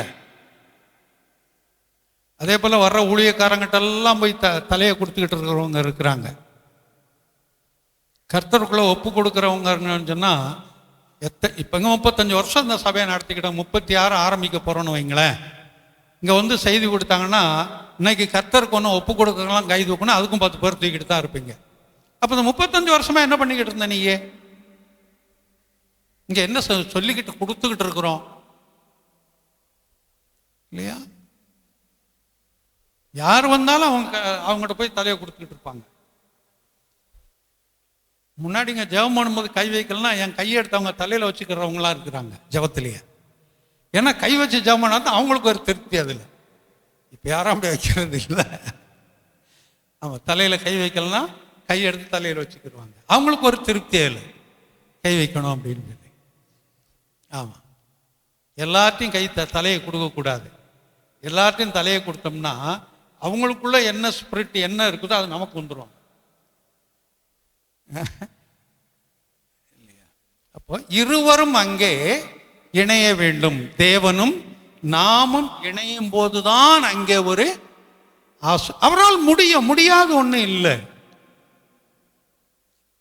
முடியாது ஒன்றும் இல்லை. ஆமா, கல்லை அப்பமாக்க முடியும், கல்களை ஆபிரகாமுக்கு குமாரனாய் மாற்ற முடியும். அப்படி இருந்தாலும் ஒருவனை தான் உருவாக்கினார். எதற்காக ஒருவனை உருவாக்கினார்? பக்தியுள்ள சந்ததியை பெரும்படி. ஏற வாசிக்கிறோம் சங்கீதமா? இல்லை. சரி, இதுக்கு முன்னாடி நான் ஒரு கேள்வி ஒன்று கேட்டேன். இதெல்லாம் ஏன் எழுதப்பட்டிருக்குது அப்படின்னு சொல்லி. எதுக்காக? 2 வாரம் போன வாரத்தோடய முடிஞ்சிருச்சு. போன வாரத்தோட முடிஞ்சிருச்சு. அதை சொல்லிட்டு வேணா நான் போயிடுறேன் இன்னைக்கு. ஏன்னா இனி நீங்க பதில் சொல்ல மாட்டீங்க எனக்கு தெரியும். 1 கொரிந்தியர் எடுத்துக்கங்க, 10ஆம் அதிகாரத்தை எடுத்துக்கங்க. 1 கொரிந்தியர் 10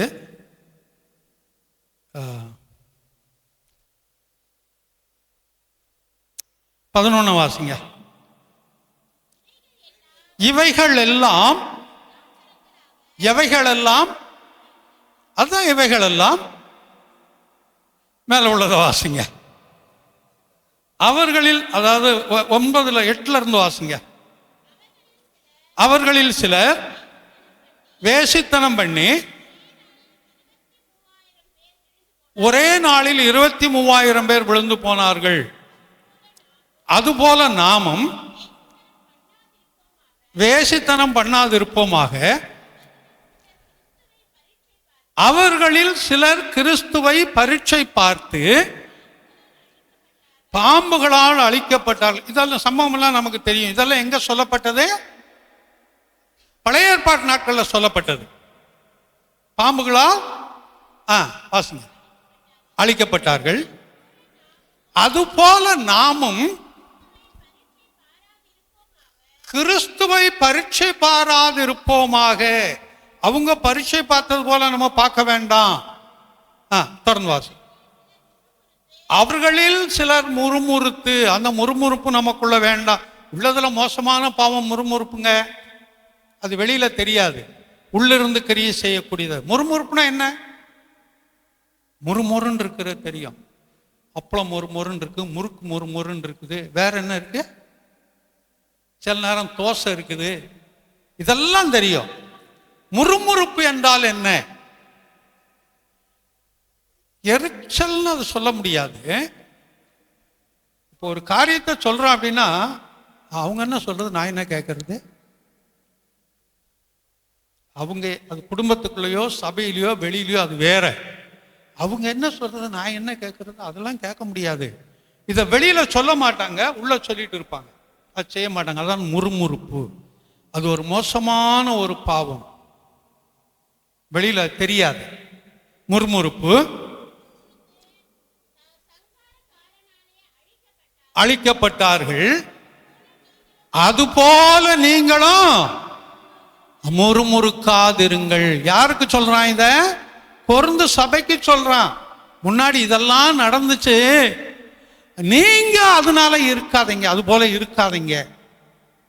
சில நேரம் பெற்றோர்கள் இல்லாவிட்டால் பெரியவர்கள் பிள்ளைகளுக்கு ஆலோசனை சொல்லும் போது தான் சொல்லுவாங்க, இப்படியெல்லாம் நடக்கும், இப்படியெல்லாம் நடந்துச்சு, அதனால நீ இதன்படி செய்யாத, நீ இப்படி செய்யாத, நீ இப்படி நடக்காத என்று சொல்லுவாங்க. அதை இன்னைக்கு ஏற்றுக்கொள்றதுக்கு பிள்ளைகளுக்கு மனம் இல்லை, இல்லையா? இங்க அதைத்தான் சொல்றான். தொடர்ந்து வாசி. இவைகள் எல்லாம், எவைகள் எல்லாம், இப்ப மேல வாஸ்தமே, இவைகள் எல்லாம் திஷ்டாந்தரங்களாக, அதாவது உங்களுக்கு மாதிரியாய் நடந்தது என்பது இங்கு சொல்லப்பட்டிருக்கிறது. திஷ்டாந்தரங்களாய் அவர்களுக்கு, அதாவது நேரடியாய் அவர்களுக்கு சம்பவித்தது. உலகத்தின் முடிவு காலத்தில் உள்ள நமக்கு எச்சரிப்பு உண்டாகும்படி எழுதப்பட்டிருக்குது. லேலுயா. அப்ப எதுக்காக பழைய ஏற்பாட்டில் இருக்கிறதெல்லாம் நம்ம தியானிக்கிறோம்? பழைய ஏற்பாடு இல்லாதபடி புதிய ஏற்பாடு இல்லை, மறந்துடாதீங்க. பழைய ஏற்பாடு இல்லாதபடி புதிய ஏற்பாடு இல்லை. இன்னைக்கு புதிய ஏற்பாடை மட்டும் வச்சுக்கிட்டு இருக்கிறவங்க நிறைய இருக்கிறாங்க. அதான் நம்ம கையில கொண்டு போகல, சபைகளை சொல்றேன் நான். ஆமா, சபைகள்ல அதை மட்டும் வச்சு பழைய ஏற்பாடு நமக்கு தேவையில்லைன்னு சொல்றவங்க இருக்கிறாங்க. அது இல்லை. இங்க என்ன சொல்லுது? பழைய ஏற்பாடு இல்லாதபடி புதிய ஏற்பாடு இல்லை. அப்ப பழைய ஏற்பாட்டில் இருக்கிறதெல்லாம் எதுக்காக சொல்லப்பட்டிருக்கிறது? நடந்ததை நடந்தபடி சொல்லி இருக்குது நமக்கு. எதற்காக? நமக்கு எச்சரிப்பு உண்டாகும்படி, நமக்கு மாதிரியாய்த்தான் அதை சொல்லப்பட்டிருக்குது. இதை மறந்துடக்கூடாது. அப்ப இது முடிஞ்சிருச்சு. இப்போ பக்தியுள்ள சந்ததியை பெரும்படிதானே எங்க இருக்குது?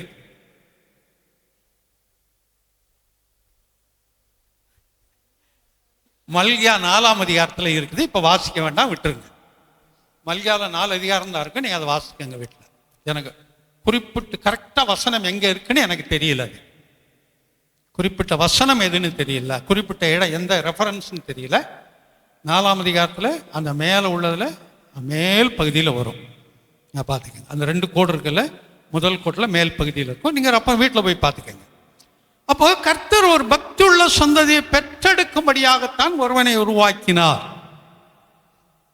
இப்போ நம்ம அந்த வாஸ்தாதே இதுக்கு வந்துடுவோம். உத்தமனுக்கு கர்த்தர். அப்போ எப்போ நம்ம உத்தமனாய் இருக்கிறோமோ அப்போ கர்த்தர் நமக்கு துணையாய் இருக்கிறார். எப்போ துணையாக இருக்கிறாரு? எல்லா சூழ்நிலையிலும் துணையாக இருக்கிறார். மல்லிகா மூடி வச்சிருங்க, இப்போ யாரும் பார்க்க வேண்டாம். ஆமாம், வீட்டில் உட்காந்து பாருங்க. அப்போ நாம் எப்பொழுது உத்தமனாய் மாற்றப்படுகிறோமோ, எப்பொழுது உத்தமனாய் இருக்கிறோமோ அப்பொழுதுதான் அவர் நமக்கு துணையாய் இருக்கிறார். எந்த சூழ்நிலையெல்லாம் துணையாய் இருக்கிறார்? எல்லா சூழ்நிலையிலும், எல்லா நிலைமையிலும் அவர் நமக்கு துணையாகவே இருப்பார். அல்லேலூயா. அவர் துணையாக இருந்ததுனால தான் இந்த நிமிஷம் வரைக்கும் நம்ம ஜீவனோட இருக்கிறோம். நான் அன்னைக்கு வியாழக்கிழமை திருநெல்வேலிக்கு தென்னனூர்னு சொன்னால் தான் தெரியும், அங்கே போக வேண்டிய ஒரு சூழ்நிலை. கூட பார்க்கும் போய் தம்பி ராபர்ட்டை கூப்பிட்டுக்கிட்டு அங்கேருந்து அங்கே போனேன். ஏனென்றால் நல்ல ஒரு ஊழியர் மரித்து போனார் அன்றைக்கு.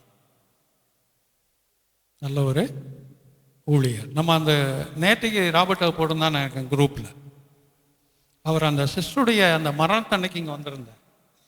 அவங்க ஒய்ஃபு மேலே உட்காந்துருந்தாங்க. ஏன்னா அவங்க எனக்கு அண்ணி வேணும், அந்த இரத்த உறவுகள்.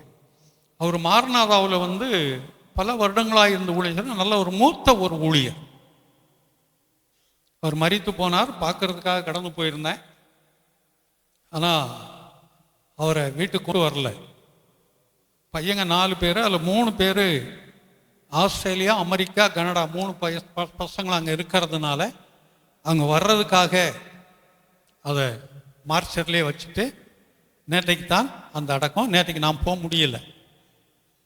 ஆனால் அன்னைக்கு போய் பார்த்து அவங்கள சந்தித்து விசாரிச்சுட்டு வந்தேன். அப்போது நான் அடிக்கடி சொல்கிறதுல இந்த வருஷத்தில் நமக்கு நெருக்கமானவர்களும் அறிமுகமானவர்களும் அநேகர் மரணத்தை சந்திச்சிருக்காங்க.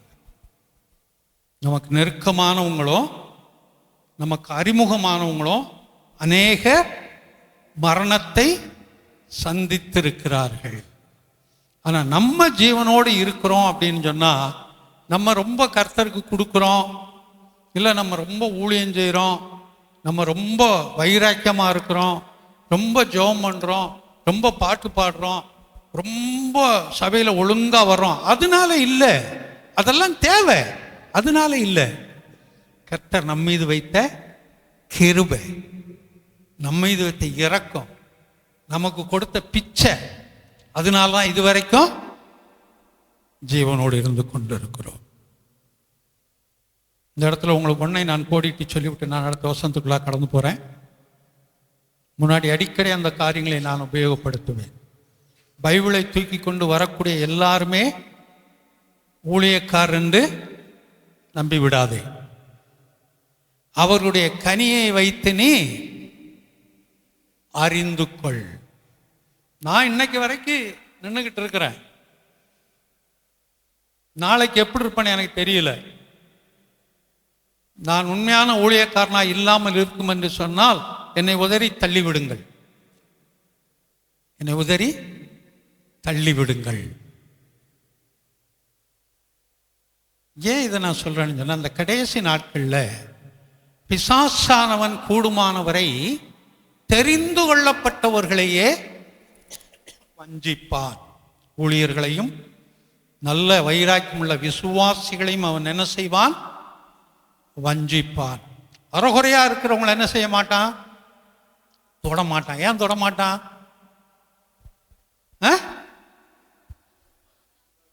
அவங்களை குறித்து பிரச்சனையே கிடையாது. அவங்களை குறித்து பிரச்சனையே கிடையாது. ஆமா, முன்னாடி அதுக்கு ஒரு கதை ஒன்று சொன்னேன். இந்த வேட்டைக்காரன் வேட்டையாட போனான். குருவிகள் மொத்தமாக அந்த ஒரு புறான்னு வச்சுக்காங்களா, புறா கூட்டம் ஒன்று இருந்தது. அதில் துப்பாக்கியால் அடித்தா நிறையா புறாக்கள் விழுந்தது. அதில் சிலது செத்தது, சிலது ஓடிக்கொண்டிருந்தது. அப்போது இவன் போன உடனே அந்த பாதியாக ஓடிக்கிட்டு இருந்ததை அடித்து தூக்கி கூடையில் போட்டுக்கிட்டான். அந்த வழிப்போக்கன் என்ன மாதிரி ஒருத்தன் போனான்னு வைங்களேன், என்னப்பா அது இங்கெல்லாம் செத்து கிடக்கு, அதை போய் பிடிச்சிக்கிட்டு இருக்கிறிய, அதை ஏன் பிடிக்கிற? அவன் சொன்னான, ஒன்றும் இல்லை, இது அறகுறை உயிரோடு இருக்குது, இதையாவது தப்பி போய் புதருக்குள்ளே ஒளிஞ்சுக்கிறோம், கண்டுபிடிச்சி எடுக்க முடியாது, அதனால முதலாவது அதை தூக்கி எடுத்துக்கிறேன். இது செத்து போனது இங்கேயே கிடக்குது, நான் எப்போ வேணாலும் வந்து எடுத்துக்கலாம், எப்போ வேணாலும் வந்து எடுத்துக்கலாம் அப்படின்னு சொல்லி அவன் சொன்னானா. அதனால உயிர்மீட்சி இல்லாத ஆத்துமாக்கள் எப்பவுமே அவன் கையில் இருக்குது, அவனுக்கு அதை குறித்து கவலையே கிடையாது. உயிர்மீட்சி அடைந்தவர்கள் பாதிக்கும் போது அவன் எடுத்துக்கொள்ளாதபடி கர்த்தர் அதை காத்துக்கொள்ளணும். அதனால தான் நான் சொல்ல வருகிறேன், கடைசி நாட்களில் ஊழியர்களையும் வளர்ந்த விசுவாசிகளையும் அவன் கொள்ளை கொண்டு போகக்கூடிய காலகட்டத்தில் இருக்கிறோம். தம்பி டைட்டஸுக்கும் தம்பி ஜார்ஜுக்கும் ஒரு இது அனுப்பிச்சிருந்தேன், கேட்டு பார்த்தீங்களா? என்னென்ன பர்டிகுலராக அவங்க 2 பேருக்கு மட்டும் அதை அனுப்பிச்சிருந்தேன் நான். அந்த ஊர் தானே அது, அங்கே உள்ளவங்க தானே. அது வந்ததுனால தான் பர்டிகுலராக அவங்க 2 பேருக்கு அனுப்பிச்சிருந்தாங்க. வளர்ந்த ஒரு பெரிய ஒரு சபை, ஆவிக்குரிய சபை என்று சொல்லக்கூடியது, பெரிய கட்டடம். அந்த கட்டடத்தை நானும் பார்த்தேன், பெரிய ஒரு கட்டடம், ஃபுல் காஸ்பல் அப்படின்னு சொல்லி பூர்ண சுவிசேஷம் என்று சொல்லக்கூடியது. நகை போடாதவங்க தான், ஜிப்பா கழுத்து வரைக்கும் தான் போட்டிருப்பாங்க அரசுங்க. அதில் நடந்த ஒரு அசம்பாவிதம் யூடியூப்பில் வந்துருந்துச்சு, ஃபேஸ்புக்கில் வந்துருந்துச்சு. அதனால் அதை எடுத்து அனுப்பிச்சிருந்தேன் அவங்களுக்கு மட்டும். அது எல்லாருக்கும் தேவையில்லை, அவங்க 2 பேருக்கும். ஏன்னா டைட்டஸுடைய மனைவி ஆஸ்மியினுடைய ஊர், அவங்க போய்கிட்டு இருந்த சபை அது, அதனால தான் பர்டிகுலராக அங்கே அனுப்பிச்சிருந்தேன்.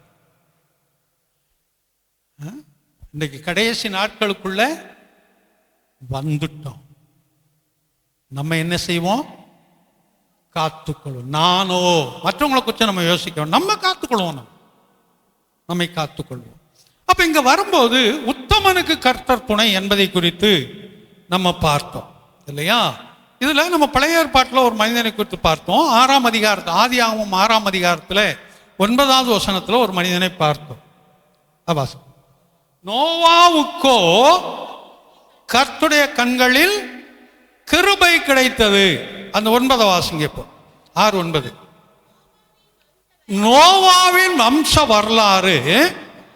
நோவா தன் காலத்தில், அதாவது அவனுக்கு அந்த வயசு 150னா 150 வயசோடு இருக்கக்கூடியவர்களோடு உள்ள காலம், அதுதான் தன் காலத்தில் இருந்தவர்களுக்குள்ளே நீதிமானும் உத்தமனுமாயிருந்தான்.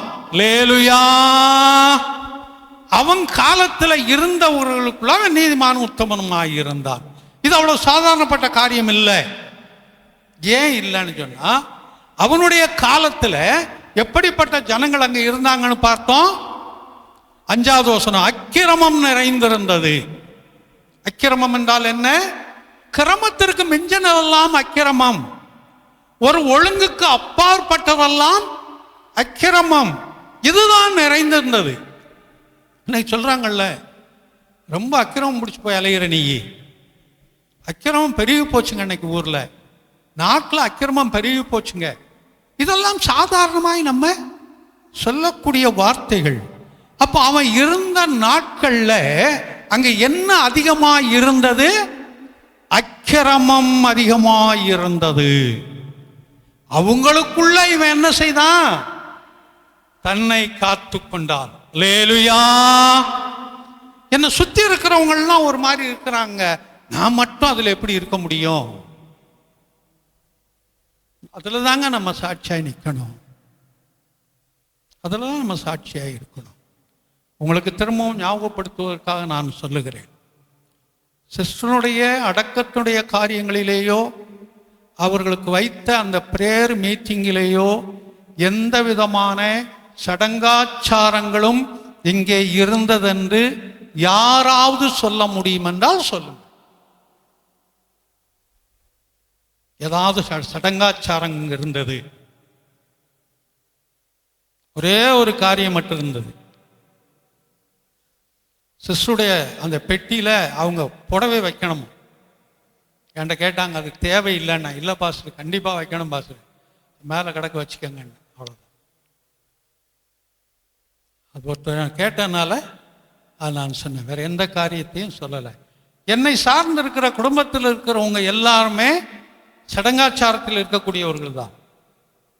என்னுடைய குடும்பத்தில் என்னோடு கூட பிறந்தவங்க எல்லாமே இந்த சடங்காச்சாரத்தில் இருக்கிறவங்க தான்.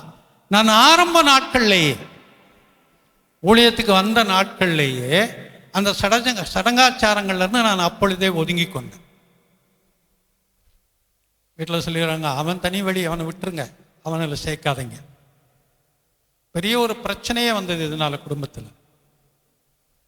இந்த மாம மச்சம் பிரச்சனைன்னு ஒன்று இருக்குது, அதில் வரும், அதில் வந்துச்சு. அதனால் அவனை கண்டுக்கிறாதீங்க, விட்டுருங்க. எந்த சடங்காச்சாரத்தையும் நான் ஏன் அதை நான் இங்கே செய்யலை அப்படின்னு சொன்னால், பிரசங்கிக்கிற நான் தானே ஆகாதவனாய் போகாதபடி. மற்ற நேரமெல்லாம் உங்களுக்கு சொல்கிறேன், நான் என் குடும்பத்தில் அந்த அசம்பாவிதம் நடந்திருக்கும் போது அந்த சடங்காச்சாரங்களை நான் செய்கிறேன் என்றால், நீங்கள் சொல்லும்போது என்ன சொல்லுவீங்க தெரியுமா? பாஸ்டர் வாய்களையே பேசுகிறாரு, அவர் குடும்பத்தில் ஒன்று நடந்துச்சு, இன்னைக்கு என்ன பண்ணாரு, அத்தனை பண்ணாரு, நமக்கு மட்டும் போதிக்கிறாரு. இந்த வார்த்தைகள் தான் வரும். அதனால் உங்களுக்கு நான் மாதிரியாய் நிற்க வேண்டும். அதனால் எந்த சடங்காச்சாரங்களும் இங்கே நான் செய்யலை. சின்னதோ பெரிதோ எந்த காரியங்களும் வழக்கம்படி போய் ஜபம் வச்சோம், போய் அடக்கம் பண்ணிட்டு வந்தோம், மறுநாள் ஆறுதல் ஜப கூட்டம் வைத்தோம். அதிலும் ஆமாம், எங்கள் அண்ணன் கேட்டார் அன்னைக்கு காலையில், திங்கக்கிழமை காலையில், என்னப்பா எதுவும் கல்லறைக்கு எதுவும் போகிற மாதிரி எதுவும் இருக்கா அப்படின்னாரு. இல்லைண்ணா எதுவும் போகிற மாதிரி இல்லைண்ணா அப்படின்னு.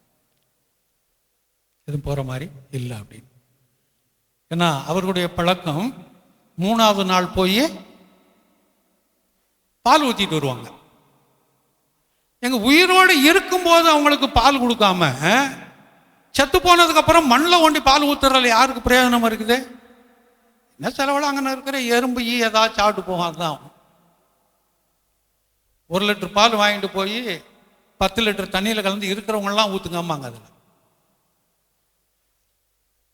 அதனால் கேட்டார், இல்லைண்ணா அதெல்லாம் ஒன்றும் இல்லை அப்படின்னு.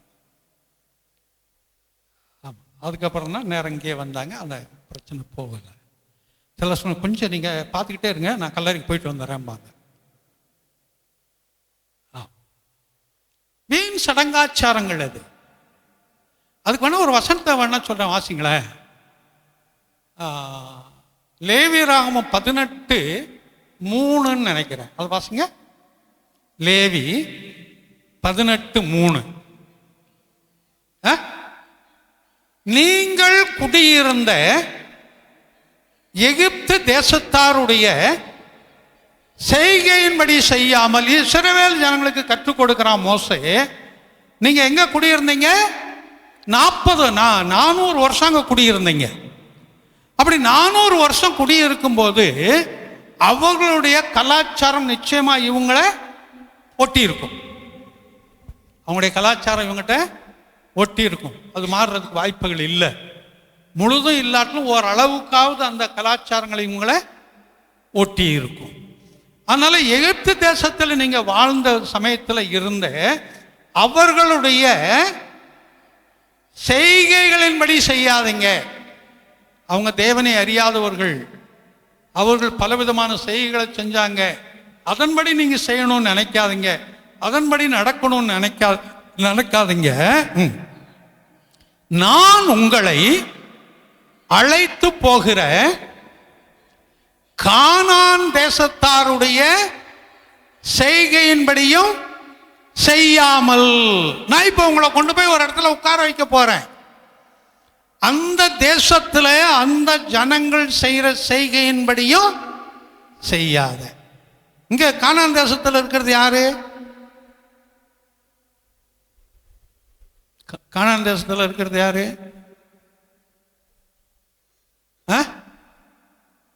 இதில் போடலை இங்கன்னு.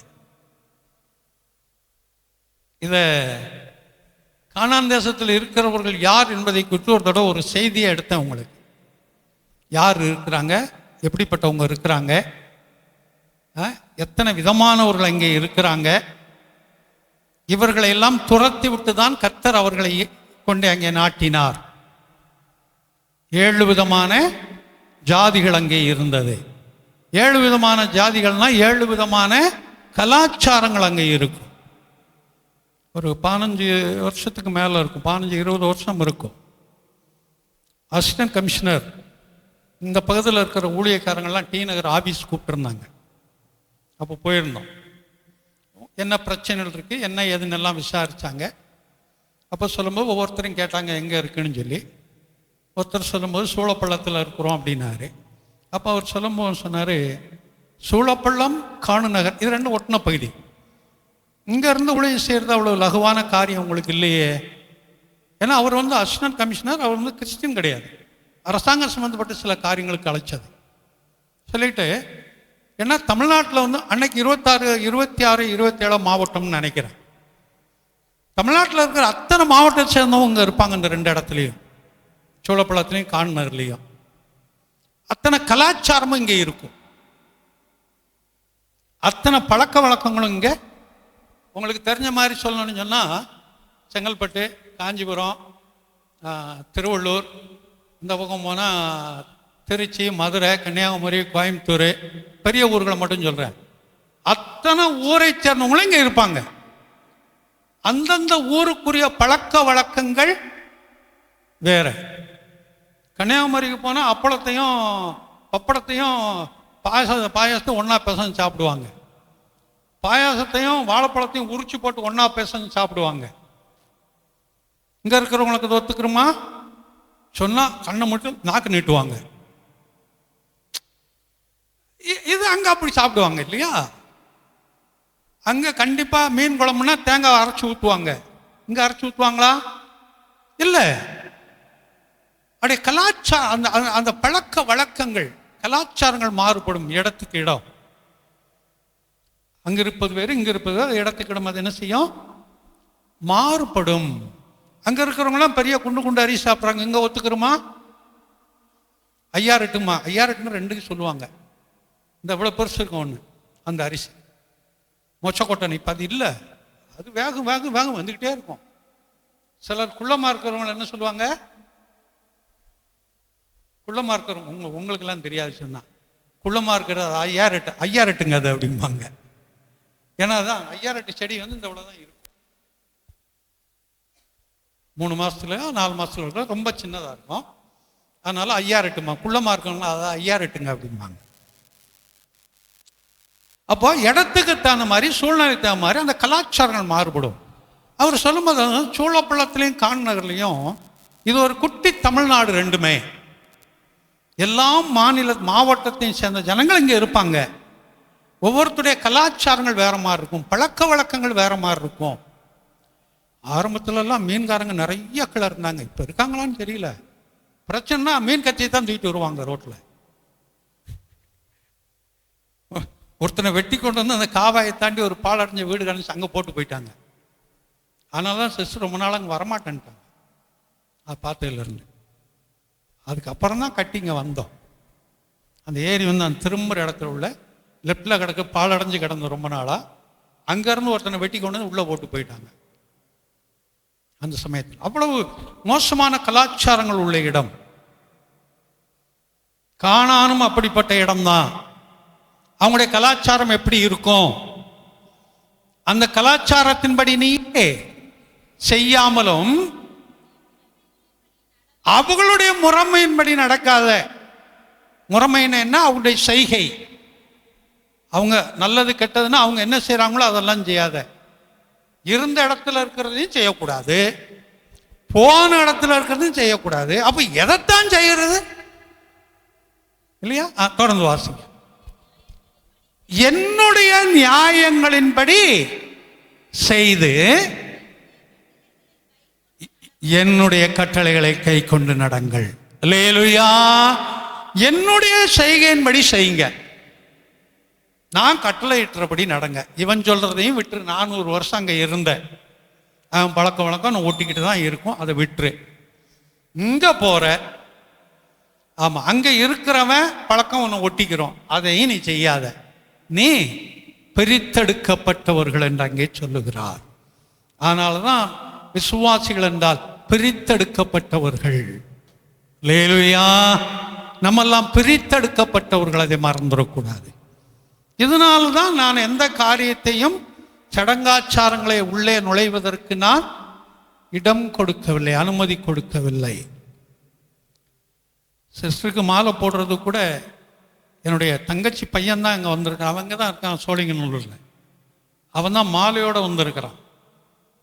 வந்து தம்பி ஜான்ட தான் கேட்டாரான், மாமா மாலை போட அனுமதிப்பாராம், பெட்டியில் மாலையே இல்லையே, என்ன செய்யணும்? தம்பி என்கிட்ட வந்து கேட்டாப்புல, தம்பி மாலை போடுறது எனக்கு விருப்பம் இல்லை, ஆனால் வாங்கிட்டு வந்தவங்கள தடை சொல்ல வேண்டாம்.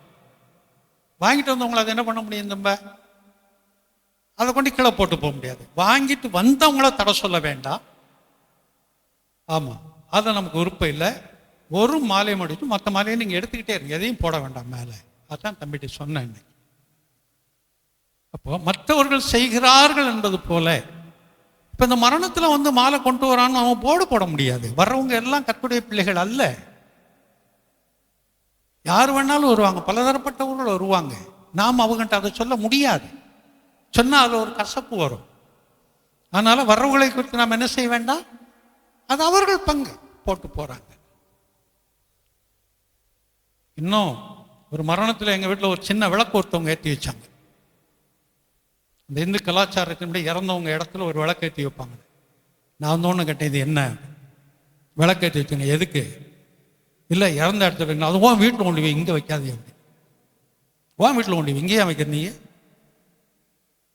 அப்படின்னு தூக்கிட்டு போனவங்க தான் அவரில். ஆமாம், என் குடும்பத்தில் தெரியும், நான் எதையும் பட்டென்று பேசி விடுவேன், சொல்லிடுவேன். ஒரு தடவை நேரடியாக சொல்லிட்டோம்னா அதுக்கப்புறம் அந்த பிரச்சனை வராதுங்க. பார்த்துக்கலாங்க, ஏதோ வச்சுட்டாங்க, அடுத்து பார்த்துக்கலாம் அப்படின்னு சொன்னா தான் பிரச்சனை வளர்ந்துக்கிட்டே இருக்குங்க. முதல்லையே அதை நம்ம கண்டிச்சிட்டோம்னா, தடை பண்ணிட்டோம்னா, அதுக்கப்புறம் அது வர்றதுக்கு வாய்ப்புகளே இல்லை. அப்போ நோவா இங்க யார் காலத்துல அவன் உத்தமனா இருந்தானா?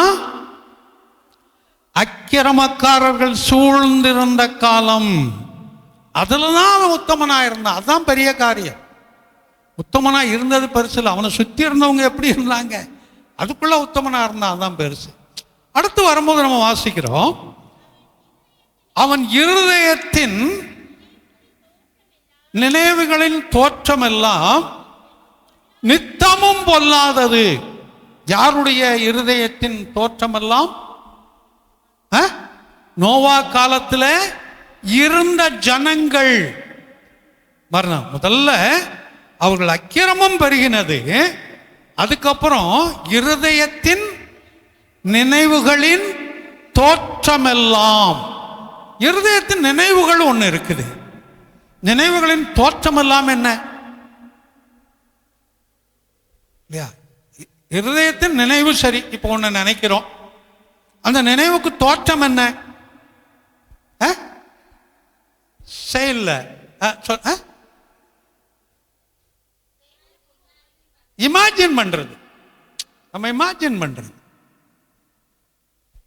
இப்போ போன உடனே 4 இட்லி வச்சு சாப்பிடணும் அப்படின்னு நினைக்கிறோம். அந்த தட்டில் 4 இட்லி இருக்கிற மாதிரி, அதில் சட்னி சாம்பார் இருக்கிற மாதிரி, இது நினைக்கிறது தான் அதனுடைய தோற்றம், இருதயத்துடைய தோற்றம். நம்ம எதை அந்த கற்பனையில இமேஜில் கொண்டு வரோமோ அதுக்கு ஒரு உருவத்தை கொடுத்து வைக்கிறோம். அந்த உருவம் எங்க தான் இருக்குது? இருதயத்தில் இருக்குதே தவிர வெளியில தெரியாது. இது எதுவா இருந்தாலும் சரி, படிக்கிறதுக்கு அந்த காரியம் அது ரொம்ப குறைவு. படிக்கிற மாதிரி எல்லாம் சிந்தையெல்லாம் யோசிக்க மாட்டாங்க, மூடி வைக்கிற மாதிரி சிந்தை யோசிப்பாங்க. முடி வைக்கிற மாதிரி சிந்தை யோசிப்பாங்களே தவிர படிக்கிற மாதிரியெல்லாம் சிந்தை இருக்காது.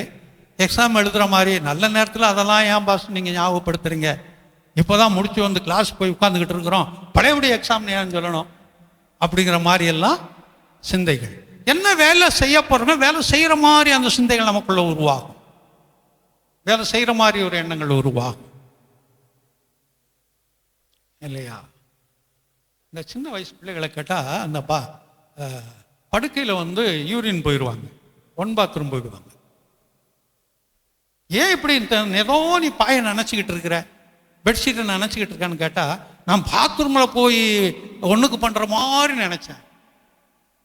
அவங்க நினைவு எங்கே இருக்குதான்? பாத்ரூமுக்கு போகிற மாதிரி படுக்கையில் போயிடுவாங்க. இவங்க கூட இருப்பாங்க, சரி அதுக்குள்ள நான் கடந்து போகல, அது வேற. அப்போ இவருடைய இருதயத்தின் நினைவுகளுக்கு ஒரு தோற்றத்தை கொடுத்து வைக்கிறாங்க. அந்த தோற்றம் எப்படிப்பட்டதா இருக்குதா? பொல்லாததா இருக்கு. நல்லதை பத்தி பிரச்சனை இல்லைங்க. இந்த தோற்றம் வந்து நல்லதா இருக்குன்னு இருந்தா பரவாயில்லை.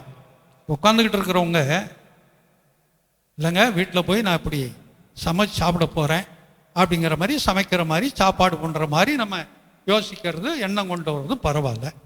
டாஸ்மார்க்கில் போய் ஒரு குவார்ட்டர் வாங்கி, ஆமாம் தண்ணி எடுத்தாலும் ஊற்றி அதை இப்படி தூக்கி ஊற்றி இப்படி குடிக்கணும் அப்படியே நினைக்கிறதுக்கு அதுக்கு ஒரு உருவத்தை கொடுத்தோம்னா எப்படி இருக்கும்? இல்லை 2 பாக்கெட் சிகரெட்டை வாங்கி மொத்தமாக 10 வாயில் வச்சுக்கிட்டு இந்த விரலில் பிடிக்க முடியாமல் பிடிச்சிக்கிட்டு 10 நான் இழுத்து பூனை ஊதிக்கிட்டு இருக்க பாரு, நிறையா புகை வரணும் அப்படின்னு நினச்சிக்கிட்டு இருந்தா எப்படி? இதெல்லாம் தங்களுக்கு தாங்களே அழிவை ஏற்படுத்திக் கொள்வது. இதெல்லாம் தங்களுக்கு தாங்களே 2 மனதில் தான் நினைக்கிறோம். திருடன் என்ன நினைப்பான்? திருடனுடைய மனதில் என்ன, அந்த இருதயத்தோட தோற்றங்கள், நினைவுகள் என்ன உருவாகும் தெரியாதோ? திருடன் என்ன நினைப்பான்னு கூட தெரியாதா?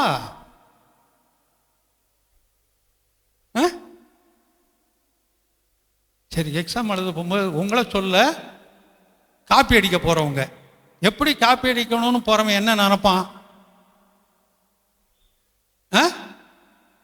எப்படி என்ன பண்ண நினைப்பாங்க? காமிச்ச ஒவ்வொரு விதங்கள் இருக்குது. முன்னாடி முன்னாடி இருக்கிற கொஞ்சம் காட்டு, அவர் இங்க தள்ளி வச்சுக்கிட்டு ஒதுங்கி உட்காந்துக்கிடுவாரு. ஏன்னா எல்லாரும் கடந்து வந்தவங்க தானே, எல்லாம் கடந்து வந்தவங்க தான். அது சரி. வேற பிட்ட இங்க இருக்கும்போதே யோசித்துருவாங்க, நாளைக்கு முன்னாடி உட்காந்து எழுதிக்கிட்டு இருப்பான், கொஞ்சம் சத்தம் கொடுத்தா ஒதுங்குவான், நம்ம பார்த்து எழுதிக்கலாம் இல்லையா? ஆமாம். இல்லை இந்த பிட்டெல்லாம் எழுதி எங்கே வைக்கணும், இங்கே எங்கே வச்சு கொண்டு போனோம்னா அவங்களுக்கு தெரியாது.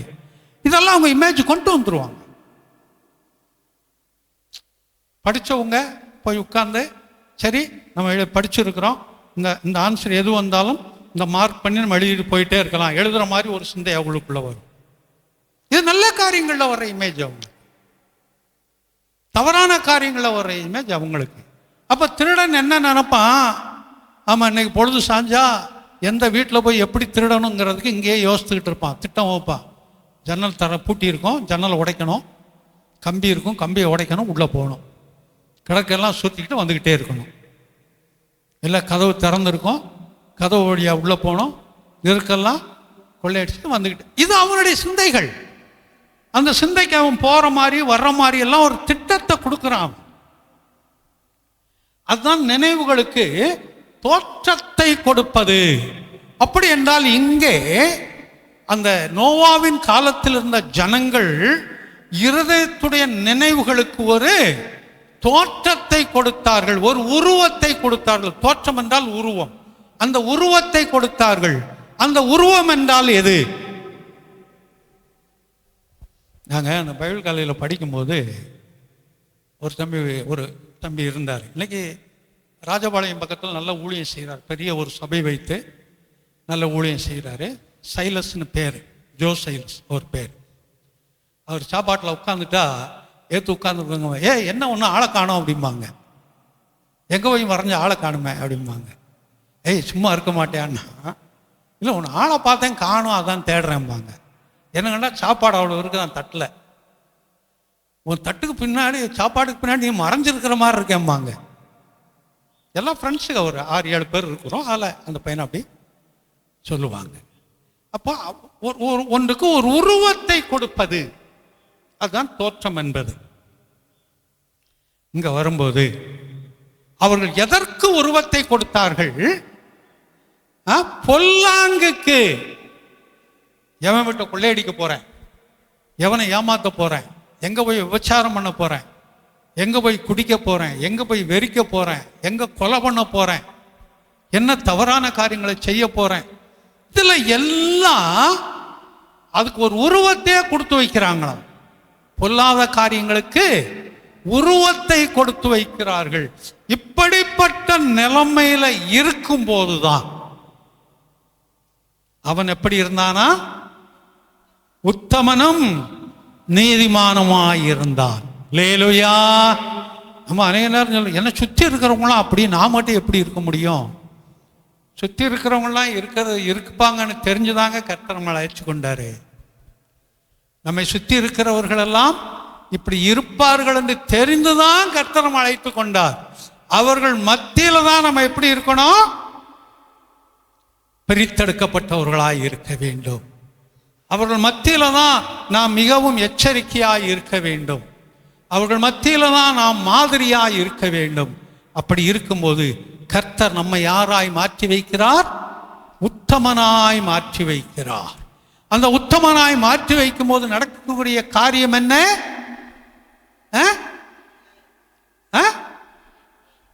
துணையாய் இருக்கிறார். எப்பொழுதெல்லாம் நாம் உத்தமனாய் மாறுகிறோமோ அப்பொழுதெல்லாம் அவர் நமக்கு துணையாய் இருக்கிறார். நம்முடைய பலவீனமான நேரத்திலையும் சரி, நம்முடைய சோர்வான நேரத்திலையும் சரி, பொருளாதாரமானாலும் சரி, வேலைகள் தொழிலானாலும் சரி, படிப்பானாலும் சரி, குடும்பத்தில் பிரச்சனைகளானாலும் சரி, என்ன சம்பவங்கள் வந்தாலும் சரி, எல்லாவற்றிலும் கர்த்தர் நம்ம எப்படி வைத்திருக்கிறார்? துணையாய் நின்று அவர் தோளின் மீது தூக்கி சுமக்கக்கூடியவராய் வைத்திருக்கிறார். அப்போ எல்லாம் நல்லவங்களாய் இருக்கிற இடத்துல நான் நல்லா இருக்கிறேன்னு சொல்றது ஒன்றும் பெருசு இல்லை.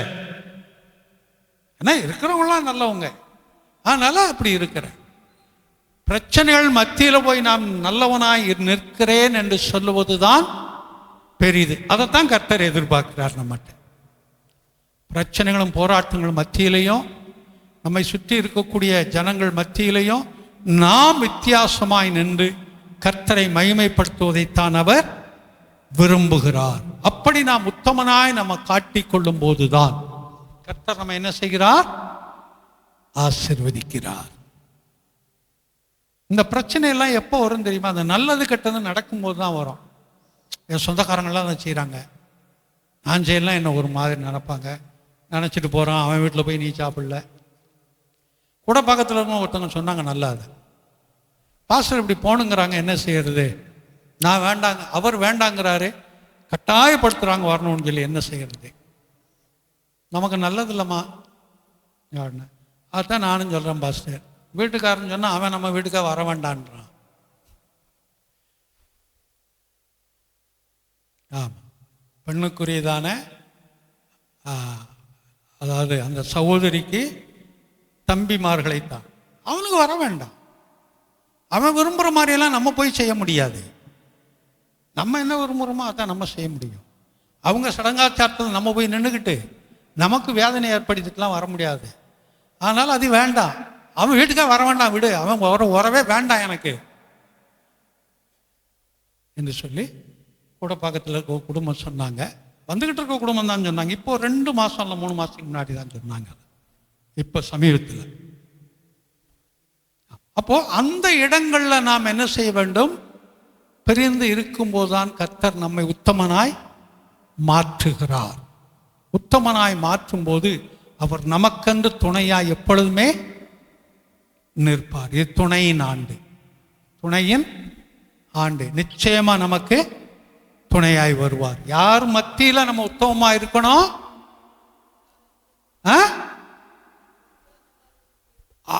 அக்கிரமம் நிறைந்த இடத்திலையும் அனுதினமும் பொல்லாத காரியங்களுக்கு நினைவுல தோற்றத்தை கொடுக்கக்கூடியவர்கள் மத்தியிலையும் தான் நாம் எப்படி இருக்க வேண்டுமா?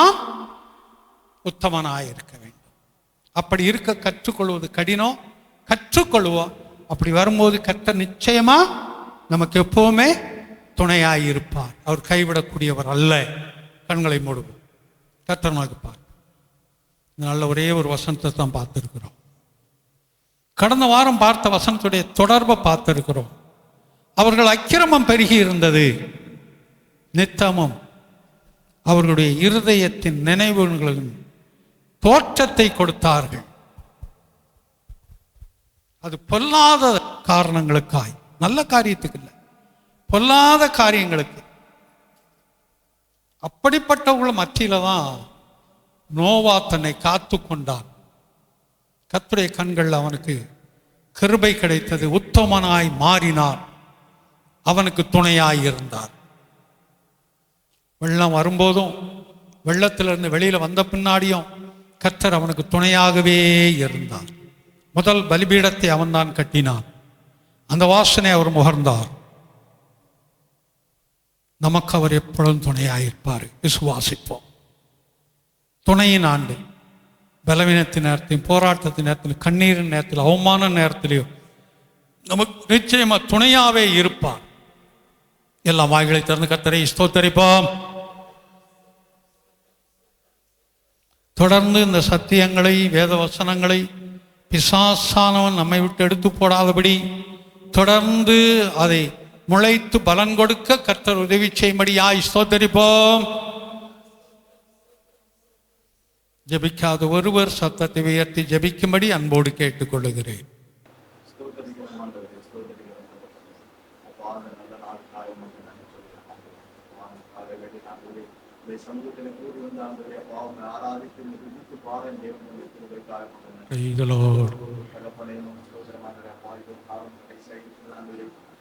கொடியமான காலத்தில் ஆண்டவரே அப்பா, நாங்கள் எங்களுக்கு இந்த பாதுகாத்துக் கொள்ள தேவன் நீங்க ஒவ்வொரு நாள்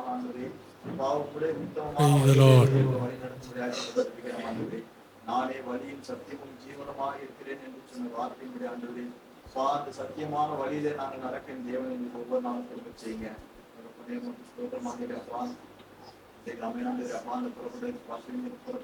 பிரயாணத்தை போல தேவனுடைய கலந்து இருக்கட்டும்.